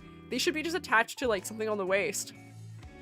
It is, yeah, kind of saddle-like, but I think they're just trying to add some amount of design to the cat part of the body, because it is half of her. But you know, I'm not sure. She looks like she's wearing leg warmers. Which is, like, strangely cozy compared to other elements going on with her right now. But focal point. Oh, they've done all the right things to make her face focal, except for the fact that she's red. I feel like that's too cruel. No, I kind of have to. The red is too distracting focally, unfortunately. Silhouette, however, she is absolutely killing it. There's not much you can do to make a character more distinct than giving them the body of an animal. Also, the way her hair is flared out. All these belts coming off of her sleeves. All good things for silhouette. Her ears. It's all helping. I would say she is very distinct in silhouette, thankfully. I think those are her strongest categories. For color palette, we could be doing more with it. It's slightly one note, but it's not as bad as it could be because they have varied the undertones of the black parts of the design. We'll take that. For complexity versus clarity, she does feel maybe just a tad under-designed, but that may just be because I'm having contrast problems, which actually, I was going to take that out of this category, but I forgot. We actually take that out of color palette now. So, level of detail. She feels slightly under-designed to me, and I feel like we could have added more details that would inform us better about her concept. And then for concept, it seems like we were sort of undecided about how well it was working. I see that they made an attempt at some of the references, but I'm not sure they went far enough maybe with them. And I feel like we could have been better informed through color as well. So I might put her in the middle of the road for that one as well. Do you think that sounds fair? I feel like that's kind of fair. Rexy's just a cat boy. I did see him. I saw the Sphinx in your document. I guess furry is a reverse Sphinx. Yes, but I find it interesting that they made the Sphinx not like a centaur type body. It's just cat boy. I think some even had him in the document. Let me see. How do you spell Sphinx? How do you spell Sphinx? Oh, I'm gonna spell it. Let me just find what his name was in the document. Catboy detective with cat form. Was he a detective? Oh, I guess he is a detective. I see. His name's... Oh, Tevor. I thought his name was Trevor for a second. I was like, okay. T-E-V-O-R. I just want you to be able to see him just real quick. Without the R, yeah. It is Trevor, but no R. There we go. I mean, I can tell that he is Egyptian inspired in his color palette, the way they stylized his ears. He's got sort of a detective-esque outfit on in his trench coat that is for some reason short and maybe so his tail can come out and be part of the silhouette. He's got his... Oh, wait, hang on! This isn't actually an ear. He's wearing a deer stalker, and that's the side flaps, but they're pushed up and they look like ears. He probably has, like, normal cat ears underneath. That's actually kind of clever. I like that. We're accidentally talking about this design, which is not my intention. He's cute. Yeah, he is cute. He has horn knobs, but you only see them on the reference sheet. He's got cat toes. He's got full cat feet, which, in all parts. He's got the heel all the way up here where the, what do you call it? Is it called a dew claw in cats too? Is the one that's on the back. This is cute. I'm a fan of this. Hang on, did we finish grading Jin? We got distracted accidentally here. The pattern's distracting. We don't need that pattern there. Put the pattern on the upper body, maybe, if we were to do a pattern. Yes, okay, we talked about all of her elements. I went through her really quickly, though, but that's because I will say, other than the mythology angle, I feel like there's not a lot to take in about the design. It's really strongly color blocked. Black, red, black. Feels a little bit simplistic. We were saying it's an early game character, and somebody, I think, said it's a free unit? Or it's a very common unit, very early game unit, maybe? Which may make sense of it being treated that way. I don't know. Not a leader of the villain organization, but she is high-ish ranking with her own subordinates, okay? Was made free at some point. Oh, okay, so it wasn't initially free. 1, 2, 3, 4, 5, 6.5 out of 10. The mythology not showing through is definitely holding her back, and the focal point being distracted from red is also holding her back. But still an above average score, thankfully. And easier to obtain legendary. Ah, okay, so she's a legendary at least still then. I see. So I will say, we do have 15 minutes left, but my voice feels weird. My voice doesn't feel so great. And I was saying I was feeling a little bit off today, more so than before. So this may be I yap for a couple more minutes and then I take my leave situation, perhaps. In best efforts for my health, maybe. And it might be because I just didn't drink enough today, leading up to this. For the fact that I already wasn't feeling super great. Good work, EG. I gotta take better care of this goofy little human-ish form that I've acquired. It's hard to take care of it. I should take better care of it, maybe. Did post Trevor's model in live for y'all interested? Thank you! I will say he is very cute. I'm a fan of this design. Maybe we should have talked about this one. I don't know if I have it in me, though, right now, but when we come back, when we inevitably someday do a tier list for Dislyte, we'll talk about him a little more, perhaps. Let's see his 3D, just so that we know.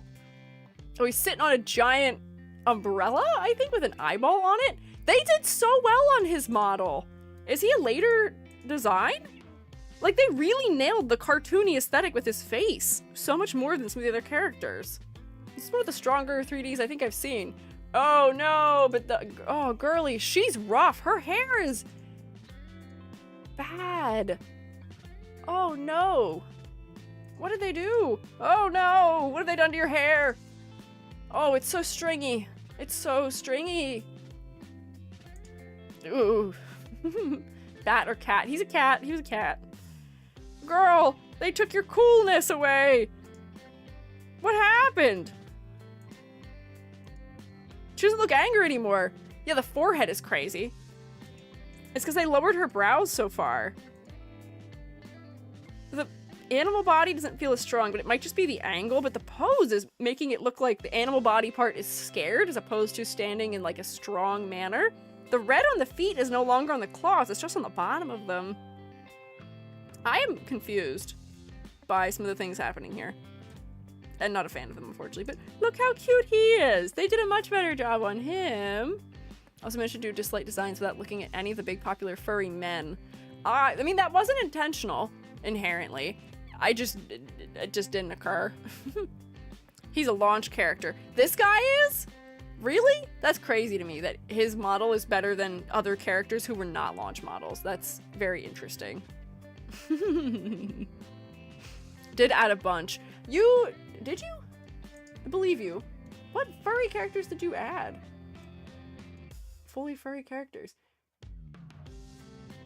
I don't think the player counts. The player has human hands.